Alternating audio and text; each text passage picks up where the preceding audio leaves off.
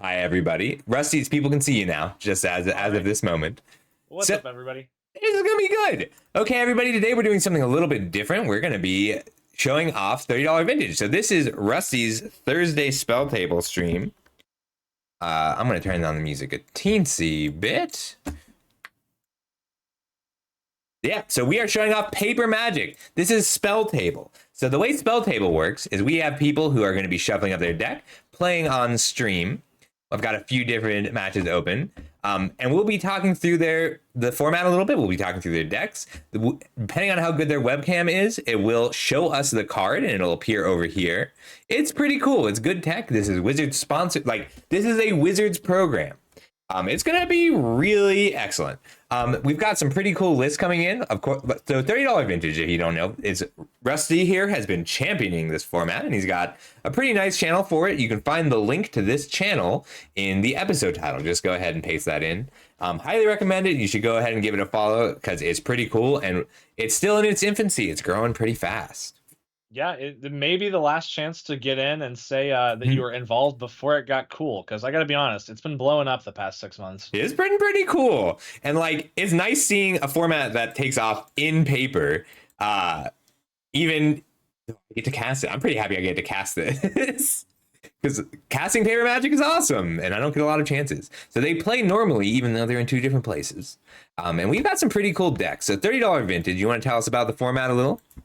Yeah, so I'll go ahead and make an intro to it. I gotta say, I really like the name because the name is what it is.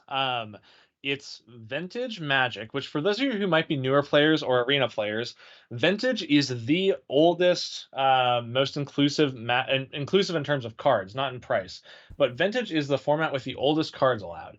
It's the format where nothing really gets banned; things get restricted if they're too good. Vintage is the format where you can play a Black Lotus, you can play a Sol Ring, you can play a Time Vault, etc. But the problem with Vintage is that every deck costs $25,000. Um, Yes. so what we're playing is $30 budget Vintage. It's Vintage with the banned and restricted list, but you have to have your total deck cost less than $30 on TCG Market. Now, in the list that you see today, there's a chance that Scuffle's account settings aren't set right, so they may appear to not be $30. You just gotta trust us that they're all $29.99 or whatever. Did make an account, so I probably should have logged in here. I But think you're right. Let me look at that list. I love this miracles list though.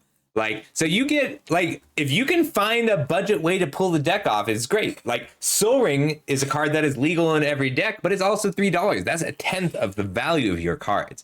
So this Elminster, that might be a card that he wanted to run more of, but it's a full 74 cents, and that matters in this format.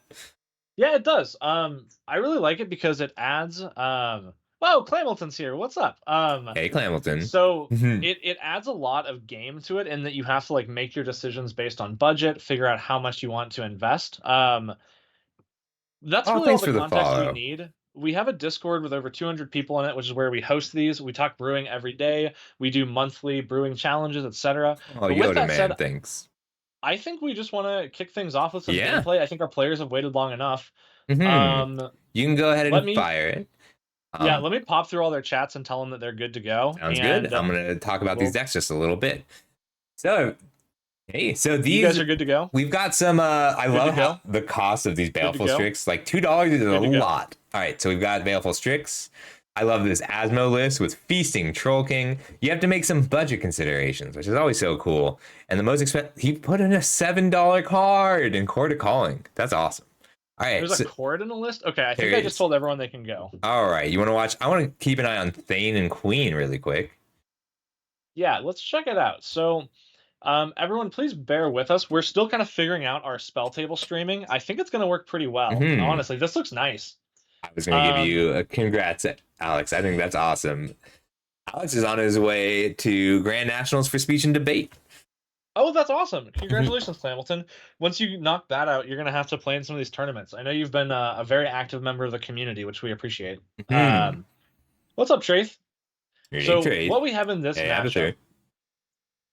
Oh, interesting. Yeah, Spelltable is just on Chrome. So if you have Chrome, you can use your webcam or you can even use your phone.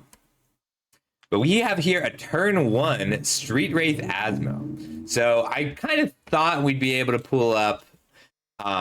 Ideally, this will pull up the Asmo, but we're going to go ahead. I'm going to get Scryfall up so we can talk about specific cards that don't necessarily show up.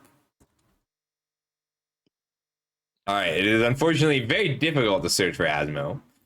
But really quick, this is what Asmo does. As long as you discard a card this turn, you can pay 1 to cast a spell. So he went turn 1, cycle Street Wraith, cast Asmo. Yeah, so getting that down, and I know Asmo is a card that sees a lot of play in Modern as well. And the core package of it is pretty cheap, right? Mm-hmm. The Asmos themselves are fairly cheap. The cookbooks, the Oval Chase Daredevils are all a pretty decent price. But what I find is you definitely have to be 2 colors. I feel personally, because the mana base can have a little bit of challenge. But I actually don't know. Okay, so Riley is playing Mono Blue Dredge. If you want to swap over to his screen, you can just click over. That's a lot of dredge and a bridge from below. This is one that we and mostly Riley have been working on for a while. Yeah, it's looking to leverage cards like Careful Study and Breakthrough, which is crazy. If you can pull up Breakthrough, yeah, you can also type in the search bar on the right. Okay, and learning new things about so you can keep it all in Spelltable. So just type Breakthrough and then click it, and it'll come on up. Yeah, it's really nice. So the joke with Breakthrough is that for single blue mana, you can draw 4 cards and then choose 0 and discard the rest of the cards in your hand, which you don't care about because all you want to do is draw 4 cards and you want to dredge your Golgari Thugs, your Stinkweed Imps, your Grave Trolls if you have them, and get back your Narcomoebas. And okay, so look at that. He is casting. Is that a Careful Study? That's a Tolarian Winds, which is discard your hand and draw that many cards. Yeah, so initially people were trying to play mono red dredge, and look at that. He's recurring Narcomoebas, and this might be hard to follow. We'll try and get you guys through it. When Narcomoeba goes to the graveyard, instead it goes to play. We put a Cabal Therapy in there, which you can flash back by sacrificing a creature, which it looks like he's doing now. He's sacking his Narcomoeba, which is triggering Bridge from Below, producing a zombie token, and now he gets to resolve his Cabal Therapy on his opponent. After he's actually got 2 active. It even stores our surges. So you may not have gotten to play with Dredge, but ever since Dredge was the Golgari mechanic in Ravnica, people have been using it to fill their graveyards. So here we have Bridge from Below, which Bridge from Below is whenever a creature dies. Here we go. So whenever non-creature tokens put to graveyard from the battlefield, if it's in your graveyard, you make a 2/2 zombie. So rather than these decks, you've seen decks that mill themselves out and kill the opponent dead in 1 turn. This one is just putting out bodies so far, which might be good enough. Let's see how the Asmo list is responding. Yeah, that's going to be interesting because the Asmo list has a lot of removal. We have 2 active cookbooks and an Asmo, which means we have the chance to deal 6 damage to something.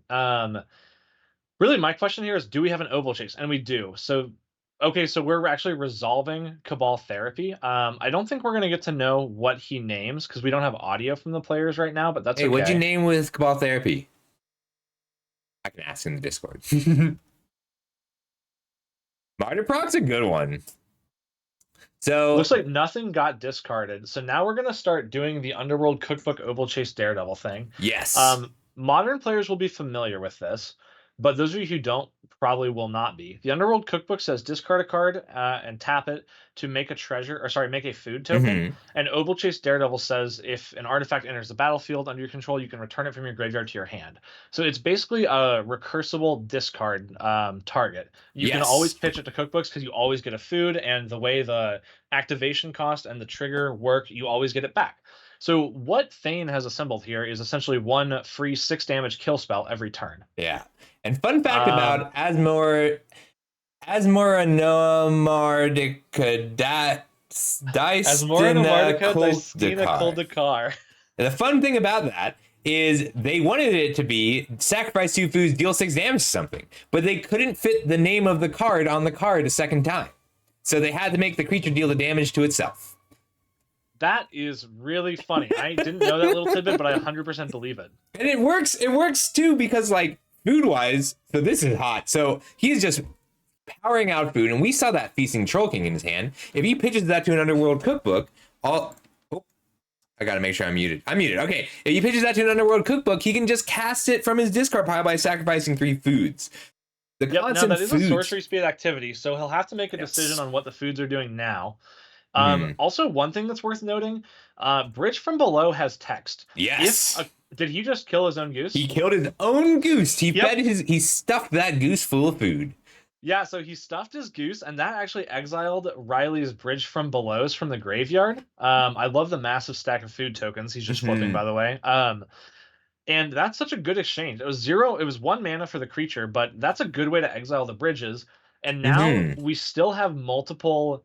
Is that a Flame Jab? What card is that? Flame Jab. Flame Jab is ping with Retrace. So Retrace lets you discard a land to recast it. We've got a lot of graveyard shenanigans floating on, and looks like he's just beating with that Asmo, which is a good place to be. That makes sense, because if Riley double blocks with the 2 tokens, Alex, please send me a link later. But yeah, there's no viable double block there, because you can activate Asmo to kill one of the blocking zombies, and then you are positive. Then it looks like pitch Troll King, rebuy Troll King. So would you have been willing to double block Asmo just to stop the Troll King from coming down this turn? Maybe. So I'll be fully honest, and this is a character flaw of mine. I'm a Dredge hater. I don't like to play it. I don't like to think about it. When my opponent plays it, I don't really like to understand what's happening. It's kind of out of character for me, but I don't interact much with Dredge. So if you ask me what is Riley's route to victory here, I really couldn't tell you what it is. So I can answer that because I'm a Dredge lover. So the difference between the two different Dredge... The difference between the 2 Dredge strategies is generally, am I just trying to kill you by attacking? So here we have an Icarid and 2 zombies. Or am I trying to full combo? And the funny thing about Dredge is usually the answer is no, we're not trying to full combo, because Dread Return is banned. But Dread Return isn't banned in Vintage, and it's a cheap card. Yeah, so I'm actually not sure if Riley's on a Dread Return list. I truly don't know. I know that I'd be some lists. Stunned if he didn't have a Dread Return in the 75, even if it's not main deck, because that's your combo finish. It's negative value. So he might even be trying to side into that. But it looks like he's just going to be trying to attack with the Icarids. And Thane here, just still making food. I think Thane assembled his combo a little too fast, because what Dredge does is it's consistent and fast, but it's relatively weak compared to other combo decks. And Thane just got set up really fast. Yeah, and I've seen some lists of Dredge that do want to combo with Dread Return, like you mentioned, because Dread Return is a reanimate effect that you can free cast. Oh, you pulled it up. Great. So it works really well with Bridge from Below and Narcomoeba, and you can chain them. Right. I've seen some lists that want to Dread Return 3 Ox of Agonist in one turn, drawing cards, churning through the deck, and then finishing by Dread Returning a Flamekin Zealot to give everything haste and attack. This is not that kind of list. It is a little bit more value oriented, or I guess just a little more put dudes into play oriented. And I think you're right. I think that the Asmo food deck is going to be able to gobble this one up. Right. So traditionally, Dredge would try and mill as much of the deck as possible to hit 3 Narcomoebas, sacrifice 3 Narcomoebas to Dread Return, which triggers all 4 Bridge from Belows, makes 12 zombies, and you reanimate something like a Centaur Chieftain, which is give your creatures +1/+1 in haste and attack. But that's not an infinite combo. That's not an infinite value engine. It's just 30 damage. And he's going through all the zombies with Asmo. Yeah, so it looks to me like Thane's going to wrap this one up, I think. Well, it really depends on what Queen's techs are, because you're milling 60 cards, and in your 60 card list, you need your 4 bridges, you need your 4 Icarids, you need your 12 Dread creatures, but it matters a lot what the rest of those cards are. Prize Amalgam is pretty good here. Nope. Yeah, so it looks like there. I'm looking at the list with 3 prized amalgams, 4 Icarids. There's 1 Hogak Arisen Necropolis. That card's super banned everywhere, right? Yep, super duper. 85 cents, so we get to play it. Yeah, and it's fun. Yeah, because if that card weren't banned, it would be $40. Yeah, exactly. Who is this? Is this Nisage? Riley. Riley, thank you. Yep. Yeah. All right, so I want to take a quick look at Riley's deck. I have it pulled up right now. He's running 1 Hogak, 4 Thugs, only 1 Grave Troll, and that's because Grave Troll is $3. But that is the only Dredge 6 card in existence. So usually the deck wants to run to max out on those. This is This is cool. gonna. So actually, this is really funny because I have to look this up all the time. I just looked up the vintage ban and restricted list. Golgari Graves Troll isn't just $6; it's restricted. You can only have one. Whoa. Stunning to me. Okay, so this card, I'm doing great, Diva. So this Golgari Grave Troll is, in the eyes of vintage players, as powerful as Black Lotus. Oh no, I'm sorry. That's the modern ban and restricted. I'm an idiot. Oh, no, you're not. But Dread Return may actually be banned. That's a okay. So this is the vintage BNR. I promise I've looked at this before. Golgari Grave Troll is still on it. Golgari Grave Troll, I promise you, is restricted in vintage. Which, again, for those of you who don't play vintage, cards don't really get banned in vintage. They get put on the restricted list, which means you can only have one copy. Yeah, the only fair card banned in vintage is Luris. It's the only one. And that's a little bit more because of companion as mechanic, right? Because of the companion, not because of the Luris. Because with Luris, you can play Black Lotus, cast Luris from anywhere, no matter what your opening hand is, cast Luris, then recast Black Lotus, and now you have a free Black Lotus every turn. So actually, it's funny. Luris was banned in vintage and is now not banned, and that's actually because they made the change to how the mechanic companion worked, right? Because remember, it used to only cost 1 and then 2 hybrid to play Luris from your companion zone. Now you have to pay 3 additional mana to put it into your hand. So with that in mind, even after that change, which is a gigantic change, right? That's double the mana cost, essentially. Luris is still too good for Modern, banned in Modern, but got taken off the banned list in Vintage. So we actually get to play Luris as a companion. I've been playing a lot of red-black Luris lately. It is a lot more reasonable when you can't just cast it for free. Yep, and it does look like Thane picked that one up. Yeah, Thane grabbed game 1. He didn't milled his dredge creatures and he milled his Icarids, but like losing the bridges just was a little bit too much. I'm gonna pull up Thane's list too because I think it's awesome. Yeah, because notably the blue dredge list only has 2 or 3 spell pierces in the sideboard.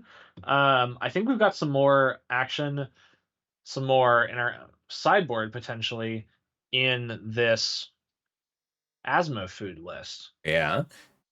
Collector Oof. Let's see. I can't believe there's a Collector Oof. That's crazy. I can't believe there's 2 Court of Callings. Wow, I haven't looked at this list. That's crazy. This Collector Oof is so Court of Calling is $7, which remember that's a third. He spent a third on one copy of the court and a third on another. 2/3, like half of what this deck is allowed to have in it is in those 2 Courts of Calling. Yeah, that's a big investment. Even Collector Oof is a big investment, right? Yeah. But like the thing about Court of Calling is it lets you run a single Collector Oof in your sideboard and have it be relevant. It lets you run a single Timeless Witness in your sideboard and have it be relevant. And these are relatively expensive cards for this format. So like, Rug of Smothering. Yeah, that's a Storm hate piece. I've never seen this card before. Yeah, we talk about it a lot. I think it's a pretty good card. It's decent against like cast a lot of cantrips decks. I'm a little skeptical of its utility against High Tide specifically, because High Tide already plays 4 copies of Snap. So personally, I don't think that creature-based hate pieces make a lot of sense, but if you're a Court of Calling deck, it does make more sense, right? Because it still is a speed bump. All right, I fixed my settings so the TCG player price is now. Oh, great. That makes me really happy. Yeah, so now we're on the same page. You do have to click... Oh, they're playing. I want to see. Yeah. They're not playing yet. They're still shuffling. Yeah, so if you actually go to advanced settings at the top right, then there is just above sideboard. Oh. Just above the lands price. Yep. Down at the bottom, hit include extra data price. Aha! Handy. And now I think you and I are on the same page on how much Court of Calling costs. You know, I invested heavily in Ovalchase Daredevils. I have hundreds of this card. I'm like, sooner or later, this card's going to break. They're just going to make it awesome. And it hasn't quite happened. Oh, sorry, Yoda man. That happens. Make sure you put on Maturino. Yep. That makes sense. Yeah, we do have an Oops All Spells player today, which is a very fast all-in combo list. Yeah. I am curious, like, so looking at his sideboard, looking at Thane's sideboard, like obviously he's played this format more than I have, but you are kind of limited on. It seems very tuned. So we have 3 volcanic sprays, which that's a card that you can discard and still flash back to wipe out lots of small creatures. It's great against Empty the Warrens, things that make a lot of combo decks. We have Turn the Earth as an opposing graveyard hate, and also a little bit of life gain, which is relevant. Timeless Witness is interesting. Hostility is interesting. I guess hostility is to keep him from getting milled out against a combo deck.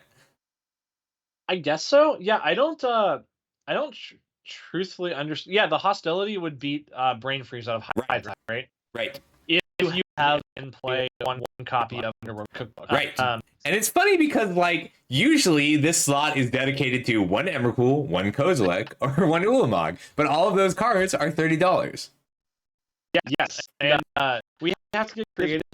I actually really like the hostility tag. I like Gaia's blessing sometimes, but I'll be honest, we can talk about this later. High Tide actually generally sideboard beat by effects like this. I personally High Tide I sideboard into card. It's blue XX. My audio is a little rough. It's blue XXL that lets people draw X. Let me turn you up a little. See if that fixes it. Let me double check and make sure that my mic is actually plugged in and registering. Usually my audio is pretty good. Well, you sound okay to me, which tells me that is my download speed. Yeah, I am going through my audio. So you sound fine to me, which means that it's my OBS. Do I sound okay, and does the music sound okay? Because if that's the case, I can fix it with some filters. Hey, Beard, how's it going? Do you think that this format is something you'd like? Because I know you play paper more than arena, but also this is proxies allowed. You can print your whole deck on your computer and play it on Spelltable as long as it's easy to tell what the cards. Oh, it looks like we are on this match, and Queen started with that turn 1 Careful Study, which is draw 2, discard 2, and he pitched both Stinkweed Imps, which just perfect, flawless. Like, it's funny, blue gets a strictly worse Faithful Looting, but it's gonna be fine most of the time. Yeah, I'm gonna try plugging in headphones. Oh my god! But Thane had Turn the Earth, so Turn the Earth is just devastating because Careful Study is card negative. You lose a card to draw 2 cards and discard a card, which means that this Turn the Earth, choose up to 3 cards in graveyards, shuffle them into their owner's library, gain 2 life. That's bad. Queen's gonna be struggling from that turn 1 play because you wouldn't expect the Asmo deck to have their first play be reactive, but that's just how fast Dredge plays. Okay, so I now have your audio coming through my headphones, which should help with the feedback. Can someone in the audience let us know if there's any positive change there? Yeah, and I swapped a few things around, so if that fixed it, Yoda Man. Right, nice, great. Thank you guys. Yeah, so tuning back into that play there, I really love that. Awesome, thank you guys. So one thing that I love about this format is that Graveyard Hate is abundant, necessary, and powerful, right? Yeah. It's all those things. You get access to Turn the Earth, Nihil Spellbomb, Soul Guide Lantern, Cling to Dust is good. You get access to Ravenous if you want to spend some budget on it. Yeah, Scavenging Ooze is fine. But the thing that I really love is that most of that, with the exception of like Scavenging Ooze, is non-persistent. It's like one shot or single targeted. Oh, so okay, really quick. So Turn the Earth is still in Thane's graveyard. It's still there. It's covered up, but he can flash it back at any time. So Queen cast this Prize Amalgam, and that's not what he wants to be doing, but I do think it was the right play. That's funny. Yeah, if you're kind of locked out by a Turn the Earth. Oh yeah, Sanctifier Invect. That beat the heck out of me 2 weeks ago. That's cool, Abathur. So I was playing against Abathur, and he was on Martyr Proc. I was on Red Black Luris. He turn 1 played a Speaker of the Heavens, which is the 1/1 Vigilant Lifelink that can make angels sometimes if you have 27 life, I think. And when he does that, you have to be really afraid of turn 2 Martyr of Sands, crack Martyr of Sands, because that lets him start making 4/4s on turn 2. Yeah. So in my infinite wisdom, I played my Swamp, I played my Cabal Therapy, and I named Martyr of Sands, because, why not? Yeah. And then he revealed a Sanctifier in deck, and I said, I don't think I can win the game anymore. So really quick, one thing I love about Thane's deck here is most decks that run Street Wraith, and a lot of decks run Street Wraith because it's one of the only ways that you just discard a card to draw a card for free because that doesn't cost any mana. Thane doesn't get to just cycle the Street Wraith. Like usually decks want to cycle all of the Street Wraiths as quickly as possible. Thane has to hold it because he needs to make sure that he can cast until he has a red mana to cast his Asmo. Yeah, it's a really interesting game to play. And it looks like he had a second cookbook in his hand. So when Asno came in, he got to go get an Underworld cookbook, and then he cast a cookbook. And double cookbook means 2 food a turn with an Oval Chase Daredevil. Yeah, which 2 food a turn also means 1 shot per turn, right? You can deal 6 damage to something. So, and with Turn the Earth, turning off Queen's explosive plays, that's going to be enough. So if he has the Oval Chase Daredevil, but even if he doesn't have the Oval Chase Daredevil, just hitting the... Oh, it looks like he just resolved another Careful Study, which ideally you want to have creatures in your graveyard you can dredge back when you Careful Study. You don't want to draw cards with Careful Study except the very first copy you play in a game. Yeah, it looks like we're looking to kind of get set up again. And I mean, it's still possible. There's some really explosive plays from this deck. Yeah. So what Queen is doing, the way to beat Turn the Earth is to hopefully wait until Thane is tapped out. But even if Thane isn't tapped out, then Queen can get these really explosive plays. He can draw a bunch of cards in one turn. He can dredge back in one turn because dredging is a chain. If you dredge 6, you'll hit another dredge creature. And dredging is also one of the few effects that doesn't use the stack because it's a replacement ability. So if you Careful Study to draw 2, discard 2, you can draw 1, dredge another, even if you only have 1 dredge creature in your graveyard, dredge another one into the graveyard and pick it up. So there's a very good chance that Queen is hoarding his dredge cards in his hand. Yeah, that's a good way of putting it. And maybe getting that bridge from below in the graveyard is kind of baiting that Turn the Earth, right? Right. And he's trying to get... because that's bad. It's really, really hard for Queen to win. Like, Dredge is aggressive and consistent, but fragile. Yeah. Yeah, absolutely. Yeah. And it does feel like he's really missing a few, like, when you show me Dredge, I'm like, oh, that's amazing. He gets to play all 4 Golgari Grave Trolls. It's not true. Yeah, here's a breakthrough on the stack. This could be... So well, I guess with no dredgers in the yard, it's not that big, yeah, right? but he did break through for X equals 2, so he's holding 2 cards back. So he's drawing 4, then discarding down to 2. Yeah, I definitely wouldn't count Riley out here. I think that there's definitely room to get through this.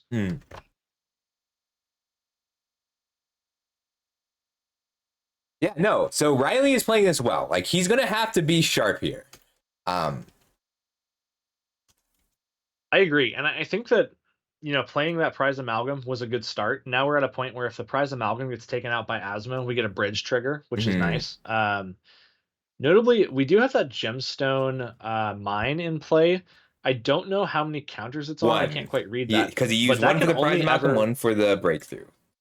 Yep. So that's a land that comes in with 3 counters and taps for any color. And when you tap it, you have to remove a counter. And when it's done, it's done. It doesn't make colorless. It sacrifices itself. Right. So, and usually, we are starting to go down on mana sources. Dredge is fine usually because you don't have to cast anything. You have to cast a Careful Study and a breakthrough, and that's it. Yeah, and it looks like a Turn the Earth is potentially being put on the stack. It is a flashback to Turn the Earth. I believe it is. Yeah, it looks like it's moving to exile now. He's got a very clear playmat, which is nice. I like it. It's handy. I love this Asmo deck. All right, he does have the combo, so that Asmo is 2 food a turn, which is also 6 life or kill a creature every turn. That's hard, man. And this Asmo deck, once it gets cooking, if you're light on removal, like the Dredge deck is, you're gonna get shoot up. Right.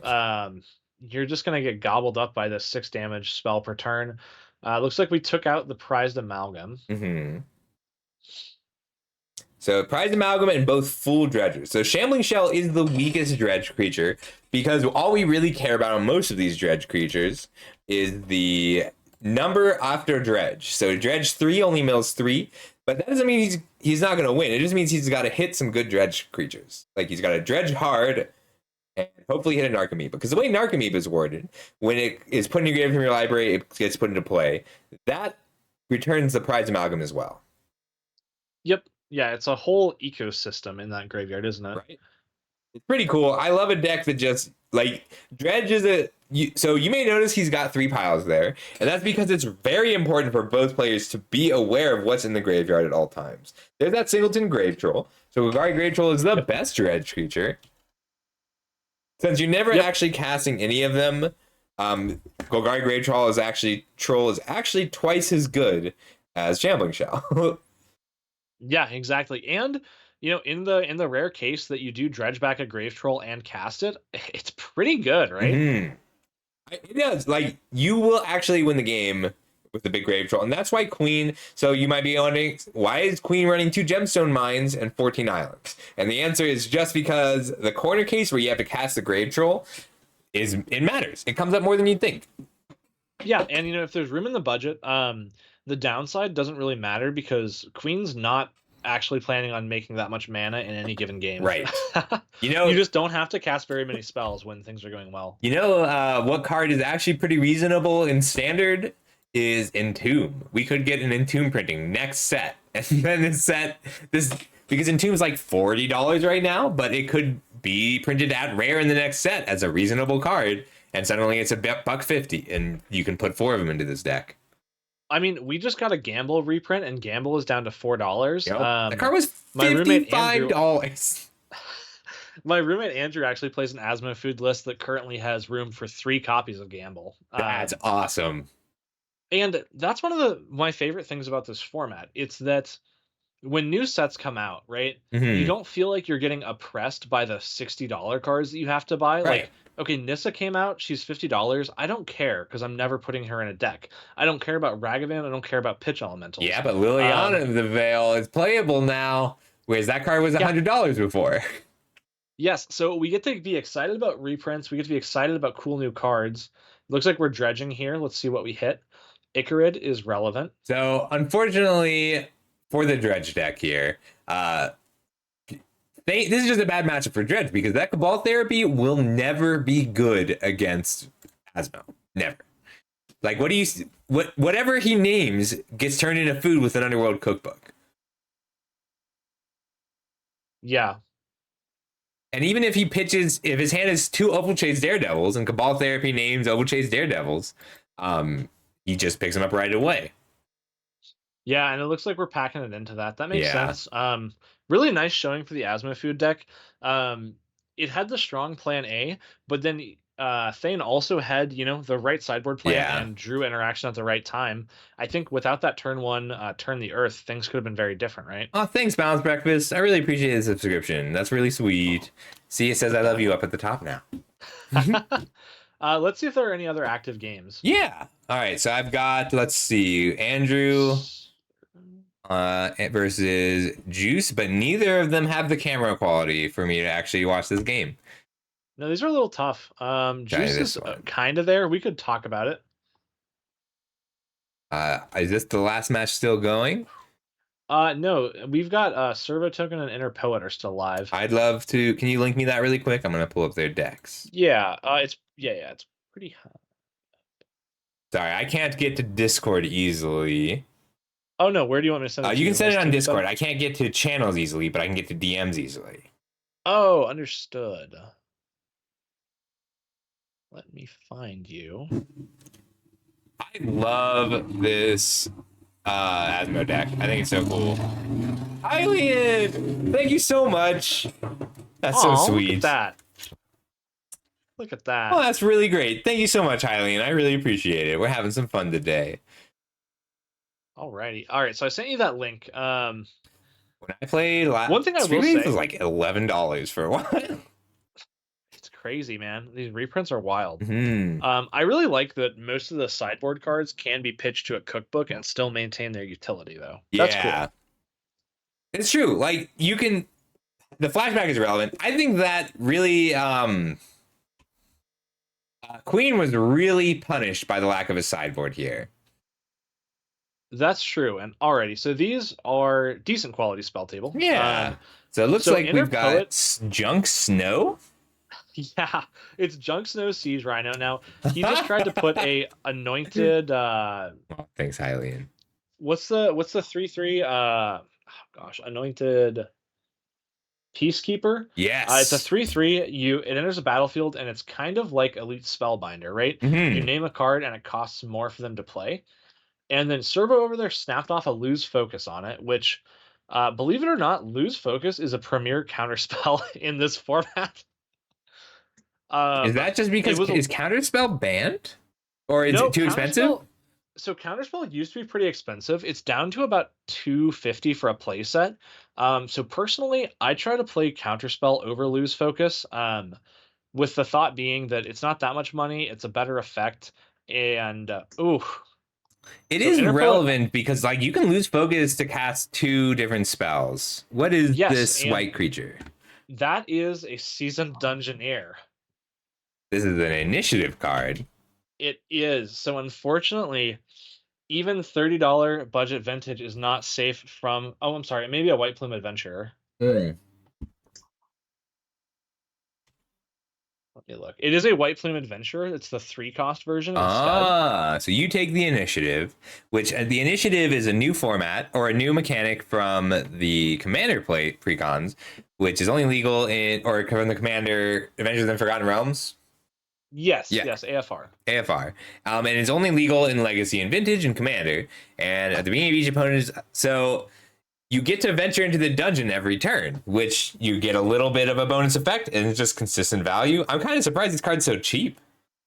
Well, it got banned in Legacy. That would It do was it. Thank you, Balanced Breakfast. I believe that's the case. Oh, thank you. Everett is Balanced Breakfast. He's one of the folks who works on this format. He's actually one of the progenitors, or at least an OG of it. Oh, that's so And cool. he keeps me honest and accurate. All right, I want to pull up Servo's list really quick. Yeah, because I've not actually looked at his Miracles list. I've got one that I kicked around for a while, but I don't know this one specifically. So full 25 lands, traditional for control decks. We've got 1 Aetherize, 1 Banishing Stroke, 1 Brainstorm. How much is Dig Through Time? Very, very cheap. 27 cents. I love the frantic inventory here. I'm a big frantic inventory enjoyer. I play a lot of blue-red Sailor's Bane / Tolarian Terror. Mm-hmm. It's my favorite deck. I think it's pretty good. Fortune beats out Ponder and Preordain on cost. Yeah, and don't forget, if you tap Advance at the top right, you can turn the price data on if you need it. I don't know why it's not by default. It's an account setting. We'll look at getting it set up for the next one. So Narset's the most expensive card. That makes sense, which Narset is restricted. You only get one.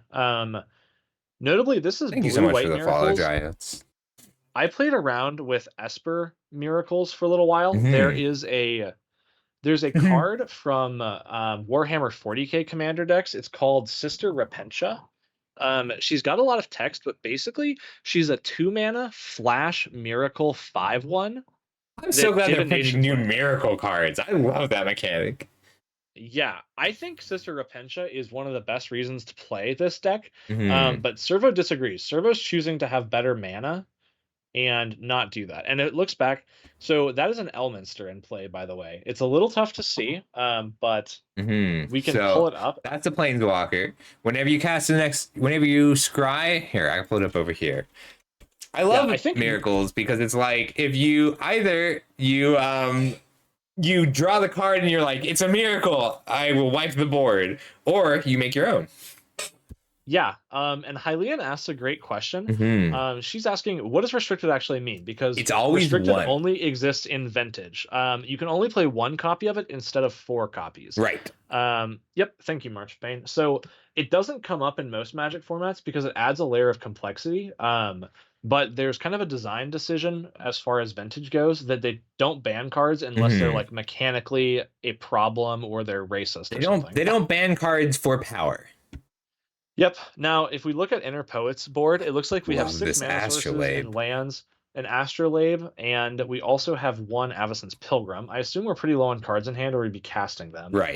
So Astrolabe is the reason to be Snow. It is the best reason to be Snow, and it's free filtering. It replaces itself. It's a one mana draw card is good enough. Like.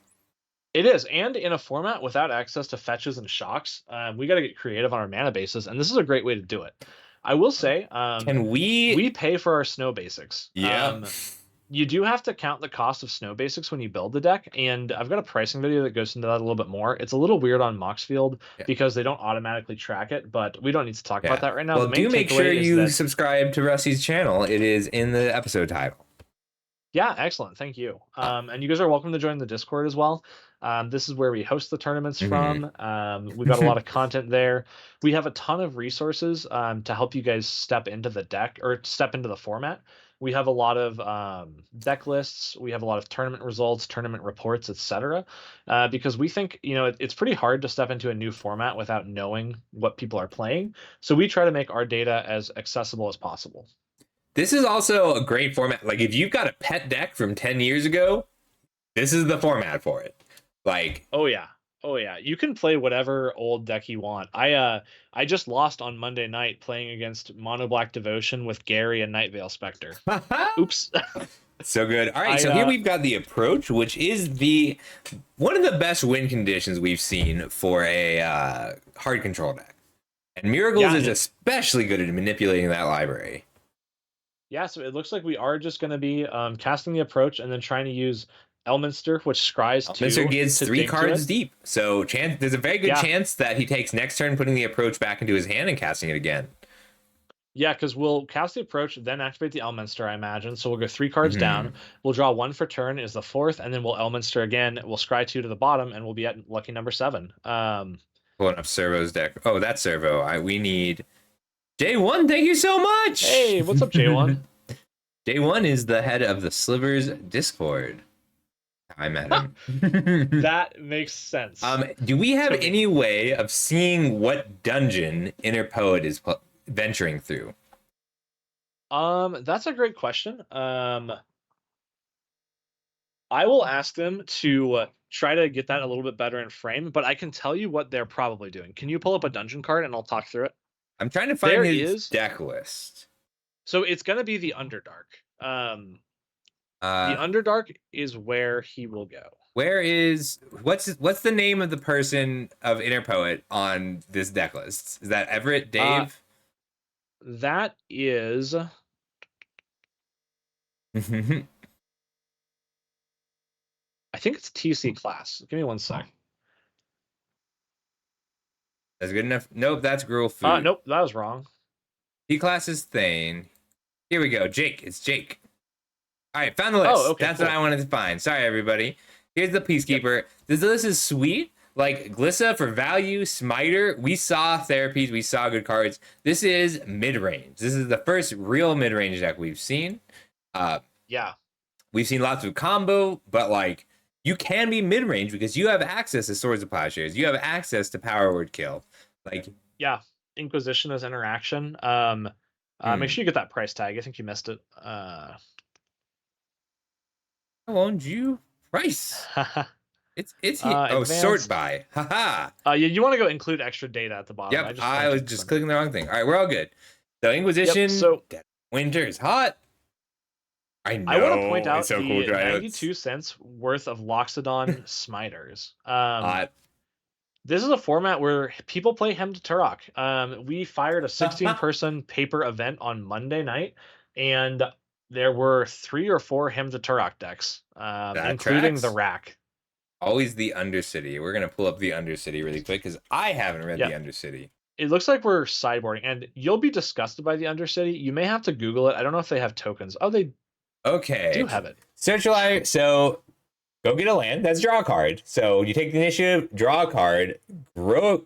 Why is this so much better than all of the other dungeons? That's a great question, isn't it? Target player loses 5 life for level 3. Yeah. Yeah. Yeah. So typically people go Secret Entrance, Forge, Trap, Archives, Throne, and read Throne of the Dead 3, and then read it again. Reveal the top 10 cards of your library. Put a creature card from among them onto the battlefield with 3 counters on it. It gains hexproof until your next turn. What the heck? You don't even have to mill them. My opponents resolve that, I just say, yeah. What are you talking about? So the initiative is specifically the Underdark. You have to. Yes. Okay. So the only way to enter the Undercity is to take the initiative. But then if you dungeon again, whatever the triggered word for to dungeon is, Mm-hmm. you can progress. So you're So telling me notably, they put more adventure cards in, but they didn't put in more special dungeons, and they didn't let you go back into the old dungeons? I um, hate that. yes. Additionally, the initiative, you actually progress every turn on your upkeep. It's kind of like Mm. the Monarch, Yep. where typical dungeons, you just stagnate until a card tells you to venture. One more, and then there's also a card called Radiant Solar, I believe. Mm. It saw play in Legacy, so Legacy fans will be familiar with it. Basically, it's a big dumb idiot, and you can pay single white and discard it to gain 3 life and venture. Solar, Solar. Yep. Yep. All right. And this card was acceptable in the first dungeon set because the dungeons were so much lower value. Mm. Now the sheer power of initiative makes this card an absolute house. Yeah, just It doesn't do anything until you are actually right, entered because into you the can't enter it Undercity, unless it's adventure into the Undercity. but once you do, it's very powerful. And do we have any live games, Scuffle? Are I we done think with the we're first all done round? with round one. If you want to go ahead and get that fired, I want to take a look at this mid-range deck that goes turn one Yeah. Pilgrim, turn two Smiter or Adventure.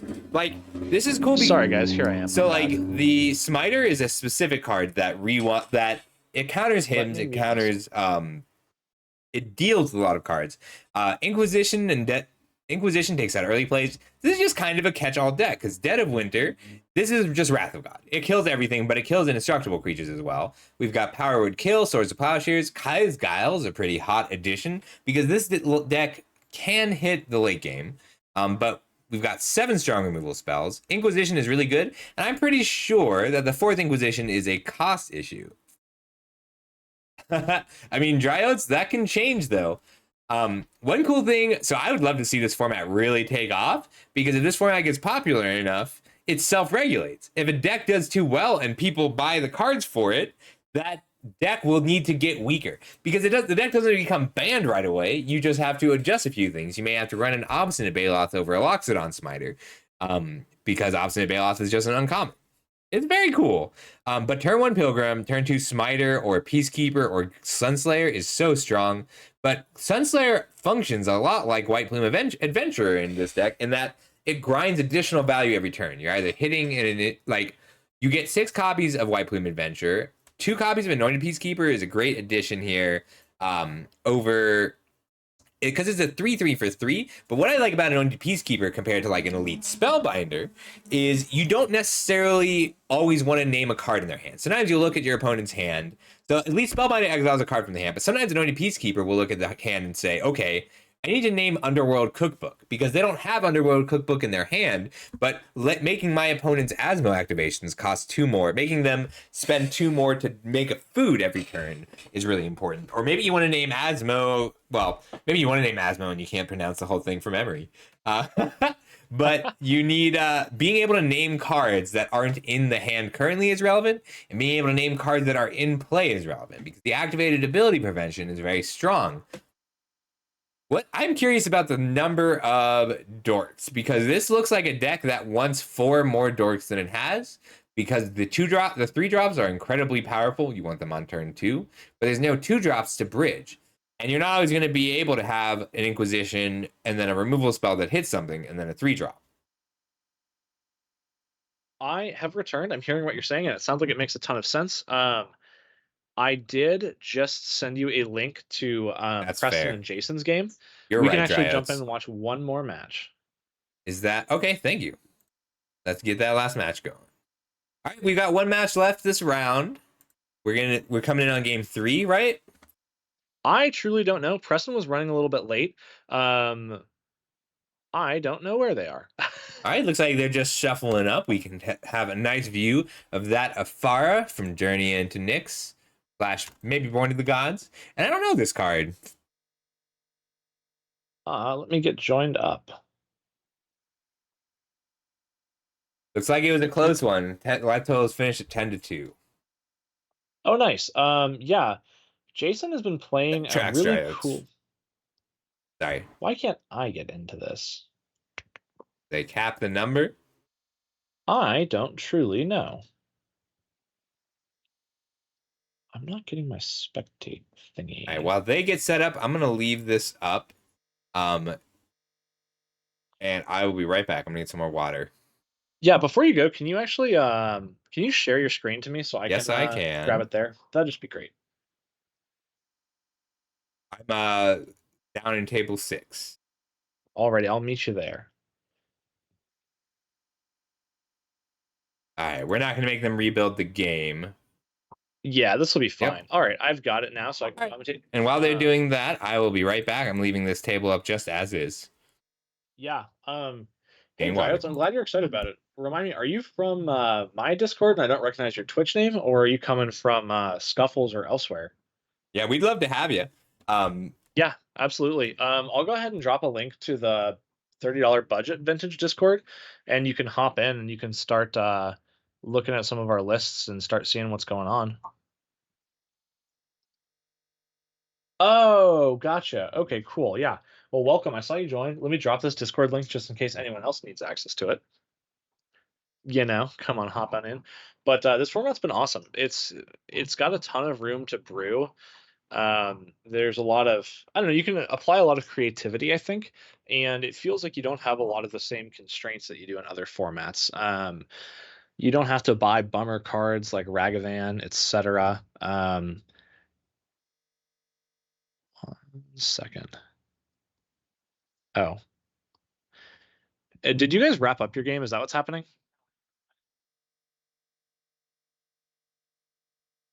Okay. All right, guys. I'll go ahead and read out the results I have just to make sure. If you guys can listen and let me know if your results are wrong. If not, I'll finalize. I've got TC taking it 2-0 over Riley. I've got Dave 2-1 over Everett. I've got Josh 2-1 over Gleason. Servo 2-1 over Java Bean, and I've got Preston 2-1 over Jason. Okay, let me finalize, and you guys can hop into your next pairings. Preston, glad you could make it, by the way. No, you're good. All right. Pairings are up. I'll get it posted, and you guys can do your thing.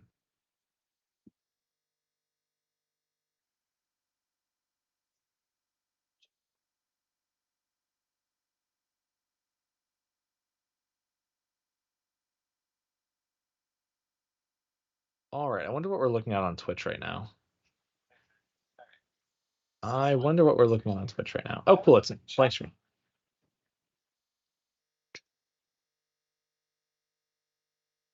Alrighty. I am back. Twitch.tv. Is there an easy way to brew that updates your deck price in real time? Yeah, J1, actually there is. I'm back. Welcome back, Scuffle. So J1 just asked if there's an easy way to brew that shows your price accurately. So we do all of our brewing on moxfield.com.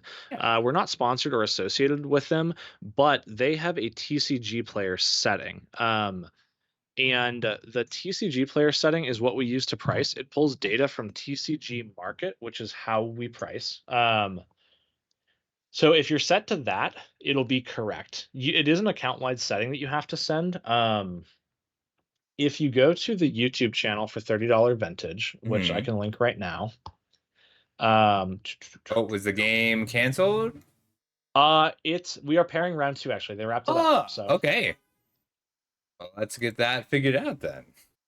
Yep. So let me send a link to. So unfortunately, we have a pricing guide that's a little bit out of date. Really, the only thing that's wrong on it is that I say we use TCG low, which is not correct. And I say we don't price stickers or attractions, which is also not correct. That's my bad. That's a good change, I think, because those matter now suddenly. Yeah, so the reason we didn't price stickers or attractions originally is because there wasn't pricing data on them, and we couldn't actually pull different prices from Moxfield. So there was a pretty strong argument that they're not cards, they're tokens, right?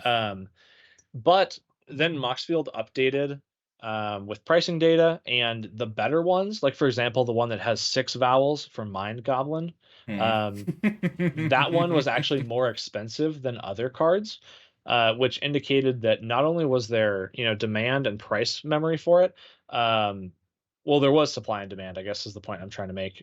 So we started pricing them. It's been a good change overall. And it looks like we're getting into some games, aren't we? Anyone? Are there any you want to see? Let me get my life set up. Yeah, pick a game. I'll be happy to watch it. I want to take a look at a couple more of these deck lists from today. If we think we can watch Andrew's game, I will. Really quick. I'll pull up whatever link you send me. Yes. Let me make sure he doesn't. Scuffle, is there any way, can you add a black box to blank out someone's name? Is that possible? Yes, but not while live. That's not Okay, true. let me see. That's not Give me true. one Where's the Hey, Andrew. Oh, hey, Andrew, do you mind if we stream your game? The downside is that your full name is visible, so you'll be doxxed. Okay, you don't care. That's great. Yeah. Good to ask, though. Always good to ask. Okay. Yeah, we're good to stream this. He doesn't care. Let me send you the link. It's one of the, it still exists from previous, so we should be good. A lot of these lobbies are from before. Alrighty. Let me see where we're at. J1, did I answer your question sufficiently, by the way? I know I was kind of all over the place on that. I think The moral of the story is Moxfield with TCG player price setting. And we have some reference documents in our references tab in the Discord that gives you all that information as well. And it looks like Gleason is kicking off. The camera quality is a little low, but I really want to see this deck. So I think we're going to try. He's casting a turn 1 Cabal Therapy. Let's check out Inner Poet's hand. I bet he didn't name Loxodon Smiter. I bet he didn't either. My guess is Astrolabe, a Mana Dork, or an Initiative creature. It could have been a miss. It's hard to say with Cabal Therapy. So for those of you who haven't gotten to play much with it, I do consider Cabal Therapy to be one of the best designed cards of all time.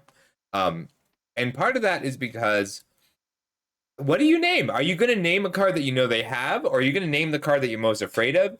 And now that he's seen the hand, he can sack a creature to flash it back a little later. Yep, and so when you play Cabal Therapy, typically you want to play it with like cheap, dinky creatures you don't mind sacrificing, like Baleful Strix, which there are some Baleful Strix in the deck. But the role of Cabal Therapy in this deck is actually to sacrifice Kairi and Hidetsugu. Which I'm sure some of you are familiar. It's a 5-mana, blue-black, 5/4 flyer. When it enters a battlefield, you Brainstorm, and when it dies, you reveal the top card of your library, ding your opponent for that much life, and then you get to cast it if it's an instant or sorcery. So this if you're interested, this is a standard legal combo. Is explosive Singularity is still standard legal. It's from Neon Dynasty. So you stack your Hidetsugu and Kairi, you reveal a 10-mana spell that deals him damage, and you shoot your opponent for 20 damage. Yes, so this is a blue-black control shell, lots of counter spells, Baleful Strixes, etc. And we're just looking to eventually assemble that combo. I think he's on 4 copies of Kairi and Hidetsugu, and I think 3 Explosive Singularity. And that's because a creature that brainstorms and draws. So this is a 5-mana 5/4 flyer that draws 2 cards. You can just play that. This is a great card. Yeah, I suspect a non-zero percentage of wins come from just hitting someone with a dragon demon. Yep. Ogre. I mean, you can hit him 4 times and then maybe even cast the Singularity. I love this bad river. So yes, compared to Polluted Impulse, Delta, baby. This is a very fair Polluted Delta.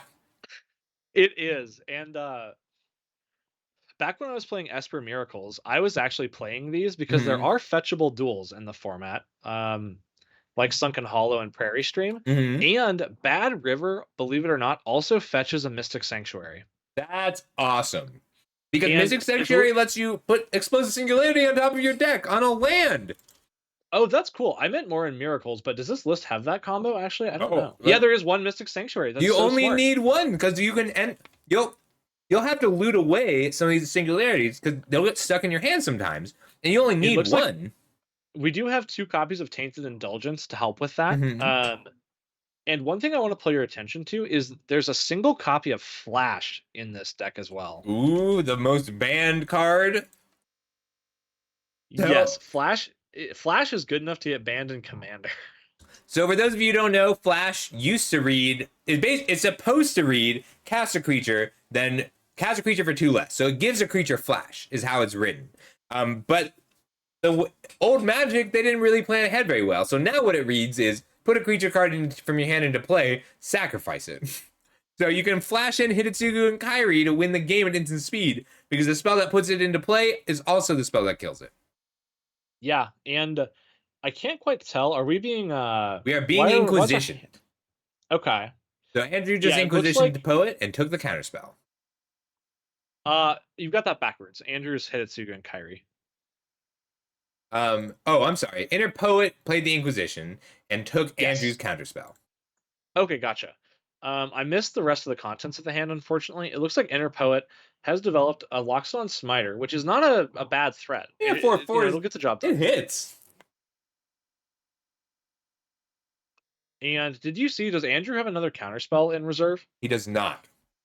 I mean, he may have drawn one, but he took the only counterspell has been taken. Creature, if an initiative creature gets resolved, which it does, it looks like a White Plume is potentially entering the battlefield at this moment. It did resolve. I don't know the context. I don't know the context of Andrew's hand. This could be bad. Let's see what we're tapping for. Could be an impulse to find a loose focus, maybe? He had some removal. Let's see what he drew. He had a Hidetsugu and Kairi in hand. Now, I will say, this is a game that would have a typical control deck basically dead to rights. Your opponent's beginning to put too much pressure, and there's no chance you're going to take back the initiative. But I think this is a case where this combo control deck could have an edge, because if Andrew's hand is Flash, Kairi, and Hidetsugu, and he finds the Explosive Singularity, he'll just win the game.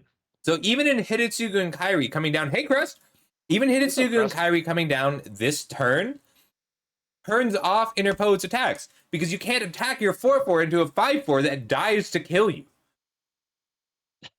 Yeah, that is true. And Andrew's flashing back a Memory Deluge. Look, that's looking at 4 cards, taking the 2 best.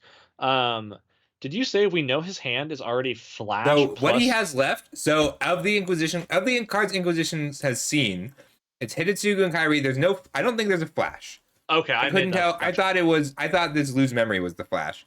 But he has a Hidetsugu, so all he needs to do now is find the Explosive Singularity. And the thing is, he doesn't have to find the Explosive Singularity. He just needs to convince Inner Poet that he's found the Explosive Singularity, because he gets to safely store it. As much as I love the bluff, he does have a Cabal Therapy, so he could pop it if he had the combo. Now, he does cast a Baleful Strix. Baleful Strix is going to buy a lot of time. Maybe it's okay to let the Inner Poet be the initiative for a little while, because he's only got 2 threats, and they're a 3/3 and a 4/4. Baleful Strix has one of them covered, and we probably have an Infernal Grasp or whatever removal spells we're playing to cover another one. It looks like there is a removal spell of Inner Poet's own. Yeah, Power Word Kill. It looks like. So you can also kill the Hidetsugu and Kairi in response with the Brainstorm trigger on the stack. Yeah. It's a demon and a dragon, so you can't Power Word Kill it. Yeah, and there's a lot of discussion about what Doomblade we're supposed to be playing. It's not clear. I think I'm on the non-legendary one, except that also would be very good here. Dismember expensive still? I believe that it is, and it's a bit of a downside. There is Infernal Grasp, I believe, which is 1 and a black to kill anything, but you lose 2 life. I think there's some merit to that.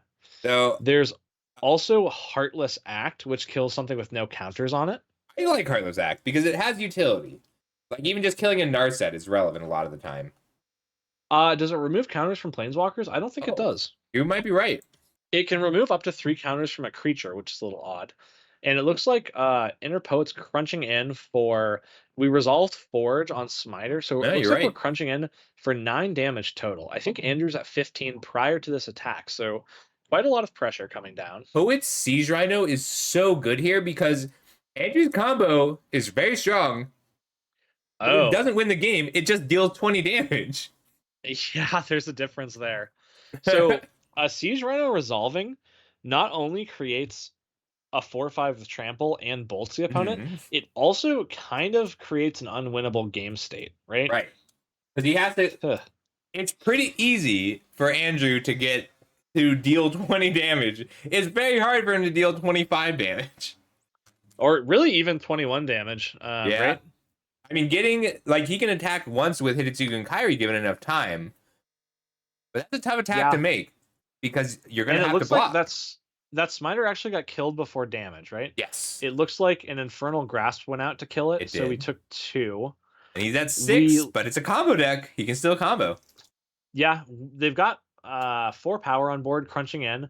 Looks to put us to 2. And I suspect if there's a known information Siege Rhino, or if we know about it, it could be Interpoet's plan to finish off with a Siege Rhino.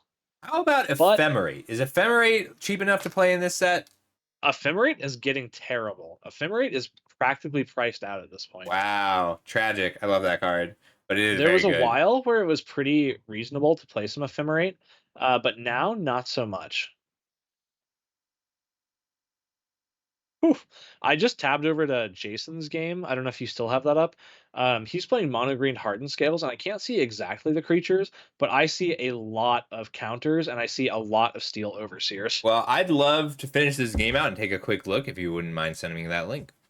Yeah, it looks like Hidetsugu and Kairi is hitting the board. This Brainstorm is everything right now. Oh my gosh. And we just flashback to memory dealers, right? Yes. Well, we have to have it. It's like 0% that we don't have it. This one's for the good guys. Let's see it.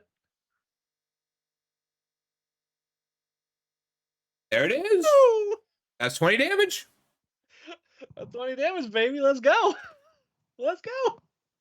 I do want to see the initiative really quick because there may be, like, you only have to gain what, like, a Tranquil Cove is enough to stop this combo, which is so cool. I'll be honest, I don't know. Can the initiative go into a non-Underdark dungeon? Because some of them gain life, right? Mm-hmm. I know the Dark Pool gains life, but I gotta say, that was the perfect Kairi and Hidetsugu game to watch because that was exactly what you expect, right? J1 says the initiative cannot. Okay. There's no life gain here. That's interesting. I will say, a normal blue-black control deck that's looking to win the game with Planeswalkers or Hullbreaker Horror would not have closed that out. Right. Straight up would not have been able to win that. I love that kind of deck. I love decks that can switch gears abruptly. All right, so here's Queen. We watched them play earlier. Versus... Yep, so this is going to be Dredge. Oh, man, it's too bad that Jason's board just got put away. Yeah. When I saw it, it was an animation module, which lets you make a servo for 1 mana whenever you put a counter on something. It was 2 Steel Overseers, and it was a lot of artifact creatures. Let me see what else. Hang on, that was Nisei. Let's take a quick look at his deck. Yeah, absolutely. I'll send you another link to get on deck as well. You love... All right, we've got Zabas, Steel Overseer. I love that Steel Overseer is cheap enough now. That's crazy, right? It was like... It's like $20 around when card. Every got printed, right? Yeah. Yeah, so $3 for the playset. That's not bad at all, right? No. Sub 90 cents. Zabaz is a great card. Destroy target artifact you control. Love this card. It's amazing that Hardened Scales is playable, right? $14 for the full set, basically. But that's okay. Yeah, that's manageable because the rest of the deck is all under $1 per playset. And there's certainly a few cards like if Hardened, you could try and squeeze in, like, I think Ravager is $11 now. Like, this deck really wants 1 Ravager, but it doesn't need it. My least favorite thing about Arcbound Ravager is that it's not a construct. It's actually a beast. And that matters because there's a 3-mana construct called Scrapyard Recombiner that you can tap, sacrifice an artifact, and tutor a construct. So that would make it viable to play a 1x Arcbound Ravager deck, except it's not a construct, so you can't do that. Yeah, that's too bad. I love this 1 Hangerback Walker as the other expensive card in the deck for $3. We got that money. Yeah. Why not, right? I mean, you really do... like, this deck wants a playset of Walking Ballista, a playset of Hangerbacks, but it doesn't need them. No, it can get the job done. Ancient Stirrings is a very powerful card. Evolutionary Leap is one I like quite a bit. So if you hover over that the board, I love this card. Imagine Evolutionary Leap against a control or removal based deck, and all of your cards are mostly Arcbounds, right? Yeah. So you play a worker for 1 mana. It comes in with 2 counters because you have a Hardened Scales out. Then you pay a mana to leap it. You put 3 counters on something because, again, you have a Hardened Scales. And then you go and get another Arcbound worker. Good luck to your opponent, right? I love this Bond of Flourishing out of the board. Gain 3 life, draw a card, essentially. That's interesting. Yeah, let me do a little read on that card. I've not seen that before. It might. I think this might be better as Seeds of Hope out of the new set. You might be right. Seeds of Hope is overperformed, right? I know you've drafted a lot, Oh, so that I've card. heard that card is good. Like that card is good if you have. You need like. You need it to be 1% or less that you fail, which is like even 8 cards is pushing it a little bit. But so you need 4. You can have 4 Seed of Hope and like you can have 3 of another card. But the card's really good if you have the right deck for it because it plays like Preordain, right? It replaces itself, it gains 2 life. Yeah. And if you want, it looks like Andrew and Inner Poet are kicking back off, or we can hang here and watch the Oh, we'll jump Dredge over. I do want to see their start because we learn a lot from how good their starts are. Turn 1 Inquisition grabbed an Impulse. Okay, this is Seed of Hope from the newest set. It's an instant, mills 2. Yeah, you really have to have a high permanent count. But if you always hit, this card is like Preordain. Like it's not like it's like Sleight of Hand gain 2 life. But Seed of Hope is good when Sleight of Hand gain 2 life.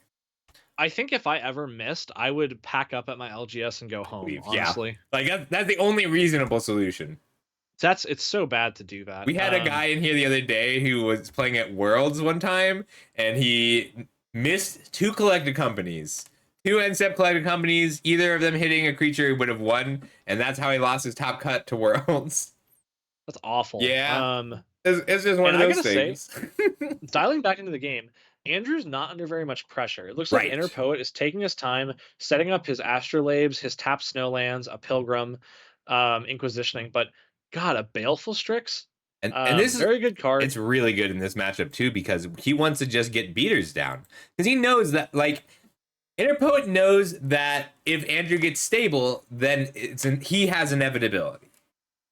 Yeah, exactly. And not only does Baleful Strix cantrip and block, it also chips in. You know, if we can deal 3 points, that makes a siege. Sorry, I just clicked over. This is rough. His sideboard, like even a Celestial Purge doesn't stop Hidetsugu and Kairi, but you can exile it, which you can exile it with the trigger on the stack because Hidetsugu and Kairi puts an ability in on the stack when it comes in, so you can exile it before they. So a lot of its combos, you can sack it to the flat counterspell, just stop Glissa. Flat counterspell on a Glissa Sunsplayer. And I'll take a second. I know I'm kind of cutting you off. Sorry about that. But you're good. This is one of my favorite things about the format, right? We see hot new cards like Sunslayer combined with busted cards like Astrolabe or Hymn to Turok. Pretty cool. Duking it out against old classics like Counterspell, Impulse, and Baleful Strix. Yeah. To me, this format feels like it's the most timeless I've ever felt. It feels like there's room for old cards and the new ones as well, which not all formats feel that way to me. Like Modern feels like it's a Zoomer format, I gotta say. Oh yeah, I've been prepping for Modern this weekend. I built Yogg. That deck is very good. I love this Kaya's Guile. So Kaya's Guile here is doing a lot of work. Yeah. Gotta pull it up. I gotta say, Scuffle, the concept of you playing Yawgmoth is one of the scariest things I've ever heard. Very good at it. I would not play Yawgmoth alone. I am playing Yawgmoth because it's a team event and I need to go EXO. I would be playing probably Merfolk on my own. Okay. But I need to be able to finish fast enough to help both other people. That makes sense. Dryads, I just dropped a link to an arm on Amazon. It's $15. That's what I bought. I'll actually show it to you right here if you don't mind. You can even use it's old an articulating phones. Phone arm thingy. It's got this thing that holds your phone. Am I pointed at my camera? Yeah, this thing that holds your phone. Then it's got a hook that goes on your desk, and then it goes up and down. And it's awesome. Yeah, Dryads, that's exactly what we use. So you can use your phone as your camera on Spelltable, and yeah, exactly. We okay, Hidetsugu and Kairi did hit the board, by the way. It did. So like, there's a strong bluffing game. Like, it's even possible Poet took out some. So it's getting swords, which is negative from a mana perspective, but if you're a control deck, it's okay, right? Yeah. Your 5 mana Brainstorm, gain 5. Your opponent discards a card. That's an okay spell, right? It is, but remember, he's got a dead card on top because now he's drawing the Singularity that he wanted for free. if we knew that that's what went there, but that's okay. Brainstorm's still a card positive, right? It is. But at 5 mana, when your opponent has that much pressure coming in, But how much pressure is it really? It's what is the upside down card? I missed I that. don't know. I'm trying to figure it out. I think it's some sort of It looks token. like Andrew just played we a therapy naming.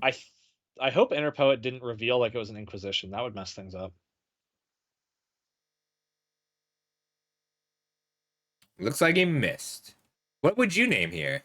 If your opponent had 2 cards in hand, what are you afraid I would of? probably, if he's not on the initiative, if I would consider the initiative if I thought he might be holding one. Okay. I was playing against Everett, who was playing green white initiative, and I actually got to blind therapy 2 4-mana initiative creatures out of his hand. I Ooh. took 2 seasoned Dungeoneers. Trying to figure Alright, out what so- your opponent has in their hand is one of my favorite mini games. So keep in mind, Gleason chose not to flashback the therapy by sacrificing the Strix, right? Right. He needs that blocker. He could have traded Cabal Therapy Flashback, which is a resource, Mhm. plus the onboard Strix to remove that Siege Rhino and reduce the pressure. But he didn't, and he didn't counter the Siege Rhino. So what this tells me, I don't know. What do you think this tells you? It tells me he's holding an answer for that Siege Rhino in hand. Or he's got a Hidetsugu and Kyrie, and he wants to save the Cabal Therapy to win the game. That could be. Because there's a very good chance he has it in his hand. Third thought, he is okay dealing 1 more point. Because, okay, is this the end of the game? We will have to connect with the Baleful Strix, because our opponent's at 21 because of Siege Rhino, which is another reason not to sack it. He's flashing back. Okay. This one's for the good guys. Let's see it. Yeah, baby. Attacking Get in for with Strix, 1. finish it off. This was I called think this deck is sick. This was called the best combo at the Pro Tour. He's got something.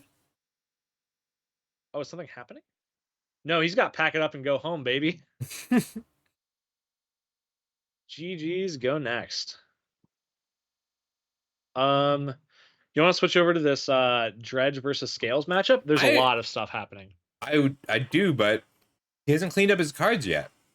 Oh, is it? Yeah, okay, I'm sorry. That was rude of me. I thought it was... he's tapped. I thought he picked up his lands. What's happening? He's thinking. I saw the lands go into a stack being sweeped up, and that's my bad, I guess.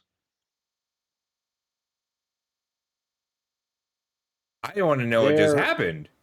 There are no cards on the board. Blocked. I need to see his deck. Oh. All right, it's not over. It looks like he dropped. Let me try to listen in. I have no idea how he survived that. Scores the plowshares on his own creature. Okay, is that what it was? I think so. 1 sec, I'll ask. Hey guys, sorry to interrupt. What stopped you from dying to the Hidetsugu thing?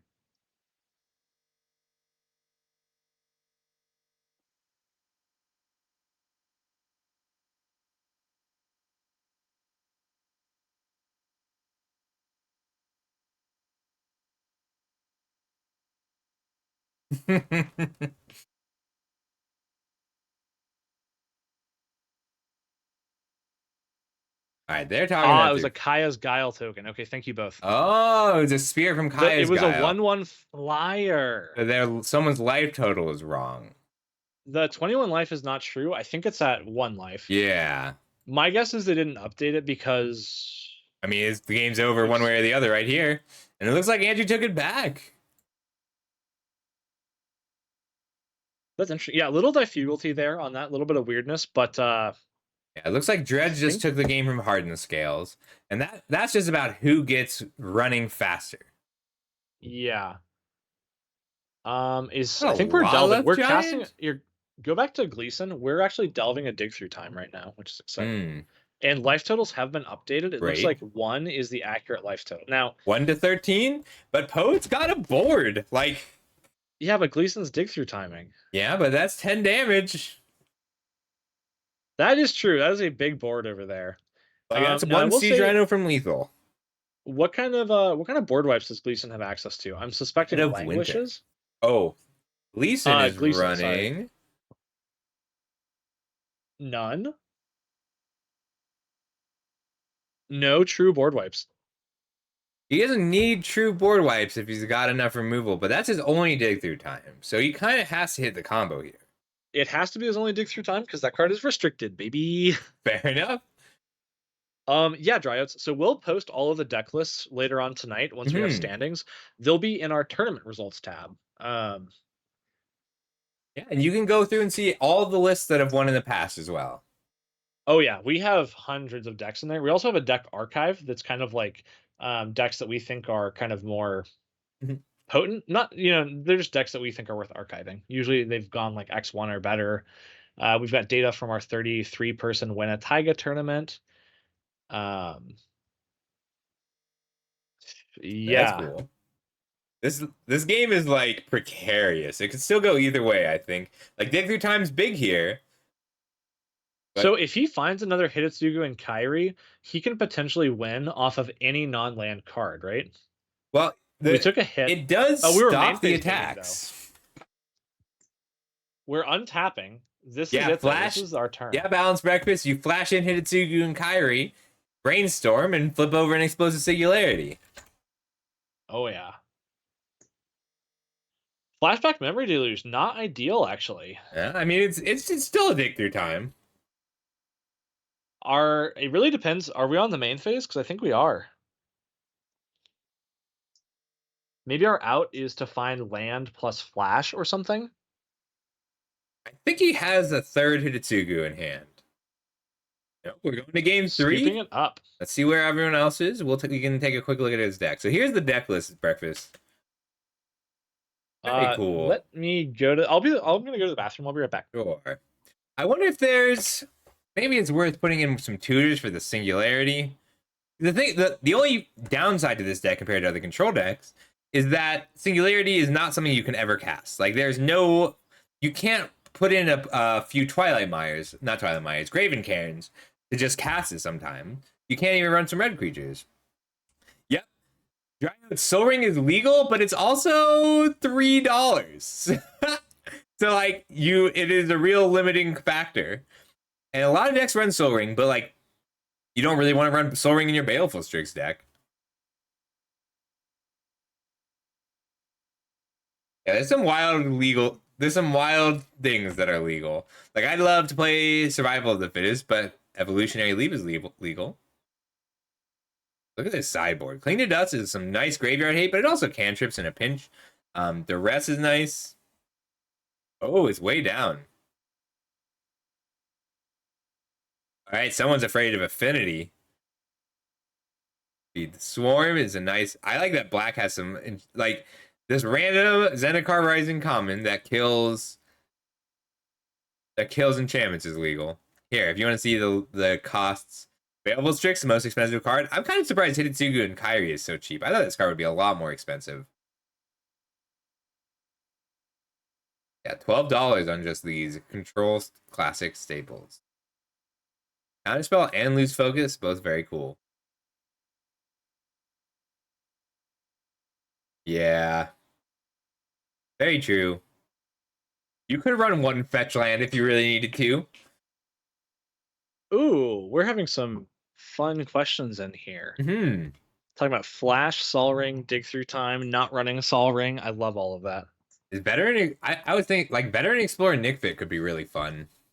It's interesting, but you really have to leverage your mana. I think you have to do more than just cast Thrag Tusks, because the reason Nick Fit is playable in Legacy, I think, is because no one else is going to use the mana very well because they don't have very many basics and they don't have very many mana sinks because their deck is low to the ground. I think a lot of the upside of Nick Fit is gone in this format.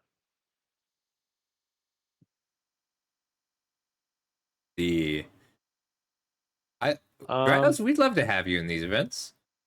Yeah, looks like we have access to the Hogak. So if you weren't playing Modern during Hogak Summer, you may this card was so powerful that even though it was the best card in the format, it was still only like $3 because everyone knew it was going to get banned. Yeah. So It, right here we see Riley moving a lot of things around, right? mm, So there we're sacking a dredge creature to Cabal Therapy, mhm. getting some tokens, and we're gonna name a card. They sacked the Narcomoeba and triggered Bridge from Below to get a zombie. This is pure speed. Both decks are low interaction and have to go off before the other deck. They're both just trying to deal 20 damage.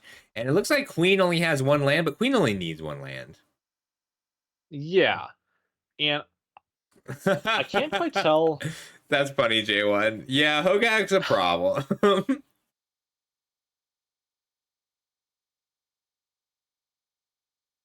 I remember the very first Eternal weekend I ever went to, they had a vintage tournament, and the vintage tournament had $1,000 prize for the person who did the best with none of the Power 9 or Mishra's Workshop in their 75. And it was just some kid with a standard deck who won one match because somebody left. And his dad was in the event. He's like, I want to play too. So he played his regular deck and he got like 400 something. Like he was near the bottom, but he still won $1,000. Because he was competing against one other person with no power. Yeah, and he had like a standard burn deck. So check out what Jason's up to. We just tapped a Steel Overseer with a Hardened Scales in play. We have a Gingerbrute, and I can't quite tell what that other creature is. I but think they it's both a have 4 counters on it. Zabas. Yeah, and I mean, honestly, who cares what it is? It's got 4+1/+1 counters on it, right? Yeah. Steel Overseer plus Hardened Scales. If you watch my stream a lot, you've probably seen me play this deck in Explorer. But yeah, you just tap and put 2 counters on everything twice. Now you're attacking for 10 damage. But Queen is making blockers. So Queen managed to put a zombie out, and he's got Icarid coming back every turn. Yeah, And I gotta be honest. I think that Dredge has game here. well, this matchup's really interesting because he needs to make enough zombies that his Bridge from Belows don't die. Like he can't actually kill any creatures until Bridge. But Yeah, and he doesn't really have evasion, right? So the fact that Jason is just gonna have creatures that sit there, there's a Hogak. there's a Hogak. That, Hogak just came does out. that change anything? It's an 8/8. The problem here is Gingerbrute. Like, Oh yeah, Gingerbrute. Gingerbrute is what Nisage is going for here. Can't be blocked except by creatures with haste. Icarid can block it, but Icarid can never be in play to block. Yeah. That's wild. This Hardened Scales that puts up some big guys real fast. Yeah, like this is as pure a race as you can have. I would almost always give this one to, like, the problem is in these matchups, you almost always give this to the person on the play. Dredge wants to be on the draw. One of the only decks that's the case. All right, looks like that's getting packed in. All right, well, that gets us just in time for the mid-range versus control matchup. And it looks like Smiter just died, but there's still a Siege Rhino out. Yeah, so it looks like Abzan Snow is untapping with a Siege Rhino 4 lands against Hidetsugu Kairi Control, sitting there with 4 open mana and 2 cards up. Now, if one of those cards is a Memory Deluge, I think Andrew's in a good position. Glissa Slunslayer, card is strong, but we don't really care about First Strike or Death Touch. And you care about a 3/3 that draws a card every turn. Yeah, hopefully we can remove it. If we can't, then I'd say we're in big trouble. Right. I feel like this card dominates fair matchups. And let's see, Andrew's touching mana. Yeah, Interpode is running Snow mid-range with Siege Rhinos and Glissas is very strong. Yo, what's going on in the Pie Overlord? I'm glad you could make it. I know you had to work tonight, so you couldn't play, so I'm glad you could come hang. Yeah, Dryodes. Siege Rhinos badass! This is so efficient. Like, we're running Siege Rhinos into hymns. There's the Deluge. And look, we have 5 mana, we're digging 4 cards, and we have a Therapy. Yeah. But a Siege Rhino resolves, so we can't win even if we have the combo. We're untapping with If you're just joining us, Andrew's combo only deals 20 damage. And that's just not good enough. It's just not good enough right now.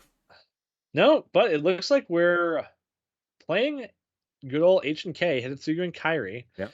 We're resolving a Brainstorm. Now, it trades with Siege Rhino. Like, you want the Hidetsugu to trade. Would you ever consider taking 7 damage, not blocking, and hoping that you can like attack in for 5 It and really, then do the thing. it's 100% dependent Yeah, on what he saw, what Andrew saw with that Cabal therapy. Because we yeah, know that, like, if he had another Siege Rhino, he would have Siege Rhinoed that turn because you play around the Cabal therapy. yes. Getting 2 cards taken by a Cabal therapy is the worst feeling in the world. Right. Rhino, I mean, if you're only dealing 20 damage, this is not a format where you have to worry about fetches and shocks because those cards are expensive. Yeah, yeah. It's kind of great not having to fetch very much. Yeah. We do see things like Bad River, so you get to fetch if you want to, but we don't have to. The mana bases actually end up being really interesting with cards like Sunken Hollow and Choked Estuary, and it feels like there are very real trade-offs, which some formats don't seem to have for mana anymore. Did you see this deck at the Pro Tour? Is really, really good. It only has one bad matchup, and that's a normal Grixis. Why is that? Does Grixis gain life, or is it just Grixis hard? plays Shouldreds, and they play all the Shouldreds, but they also have enough removal, and they run Make Disappears. Okay, that does seem really hard. Yeah, it's Did really this deck rough. do well though? It did, but it lost to Grixis, and actually, Autumn Burchett brought in this really cool 5-color control deck, and they were running like Battle for Zendikar, which meant that they always hit 6 cards off of Traxa because they could name Battle as one of the card types. That's silly. It was very cool. The winner, what were they playing? The winner of I don't actually remember who won, but it was in part because they 8-0'd the draft portion. Wow. Like they underperformed limited. Belf played. Yeah, I saw him rocking the Bengals jersey, Cincinnati local in the Pro Tour. Yeah, he actually had one of the best. He had the most interesting standard deck in the whole Pro Tour, I'd say. I'm not surprised. And he did really well with it, but unfortunately, he had a really rough draft portion. That's fair. His pod looked tough, and it does look like a Loxodon Smiter just resolved. It did. It can't be countered, by the way. Can't be countered. Now there's, 11 damage in play? Hidetsugu just died, and it looks like it hit a Baleful Strix, so he didn't have the combo. And Baleful Strix isn't gonna get there. Baleful Strix does not trade with Glissa like it does with every other creature. And it also doesn't block Siege Rhino very profitably, so... Like, you can block Siege Rhino and draw a card, but you've already taken 6 damage. So let me send you at least one more live game. Yeah. It looks like Dave is playing against Servo. I see an Autumn's Veil there. Oh, yep. Do you have this? You got it? I have Dave and Servo up. All right, I gotta drop Jason. He's got to leave. No worries. Tell him bye. Yeah, like he's playing a combo deck that loses to a Tranquil Cove to gain 1 life. We had a really cool match their last game. He lost because his opponent played a Kaya's Guile to make a Spirit to block the Baleful Strix after he went to 21 life. Yep. And so really quick here, let's talk about what Dave's doing. That's an Undercity Informant, I believe. Is this Oops All Spells? It is. So this is a combo deck. I'll let you talk about it. Yeah, you know what's up. So the way these decks work is Zendikar Rising gave us a lot of cards that are no, that's sending the deck list to chat now if anyone wants to check it out. Yeah. So it's a full combo deck. You can reuse cards like there's a series of cards from why can't I find Undercity Informant?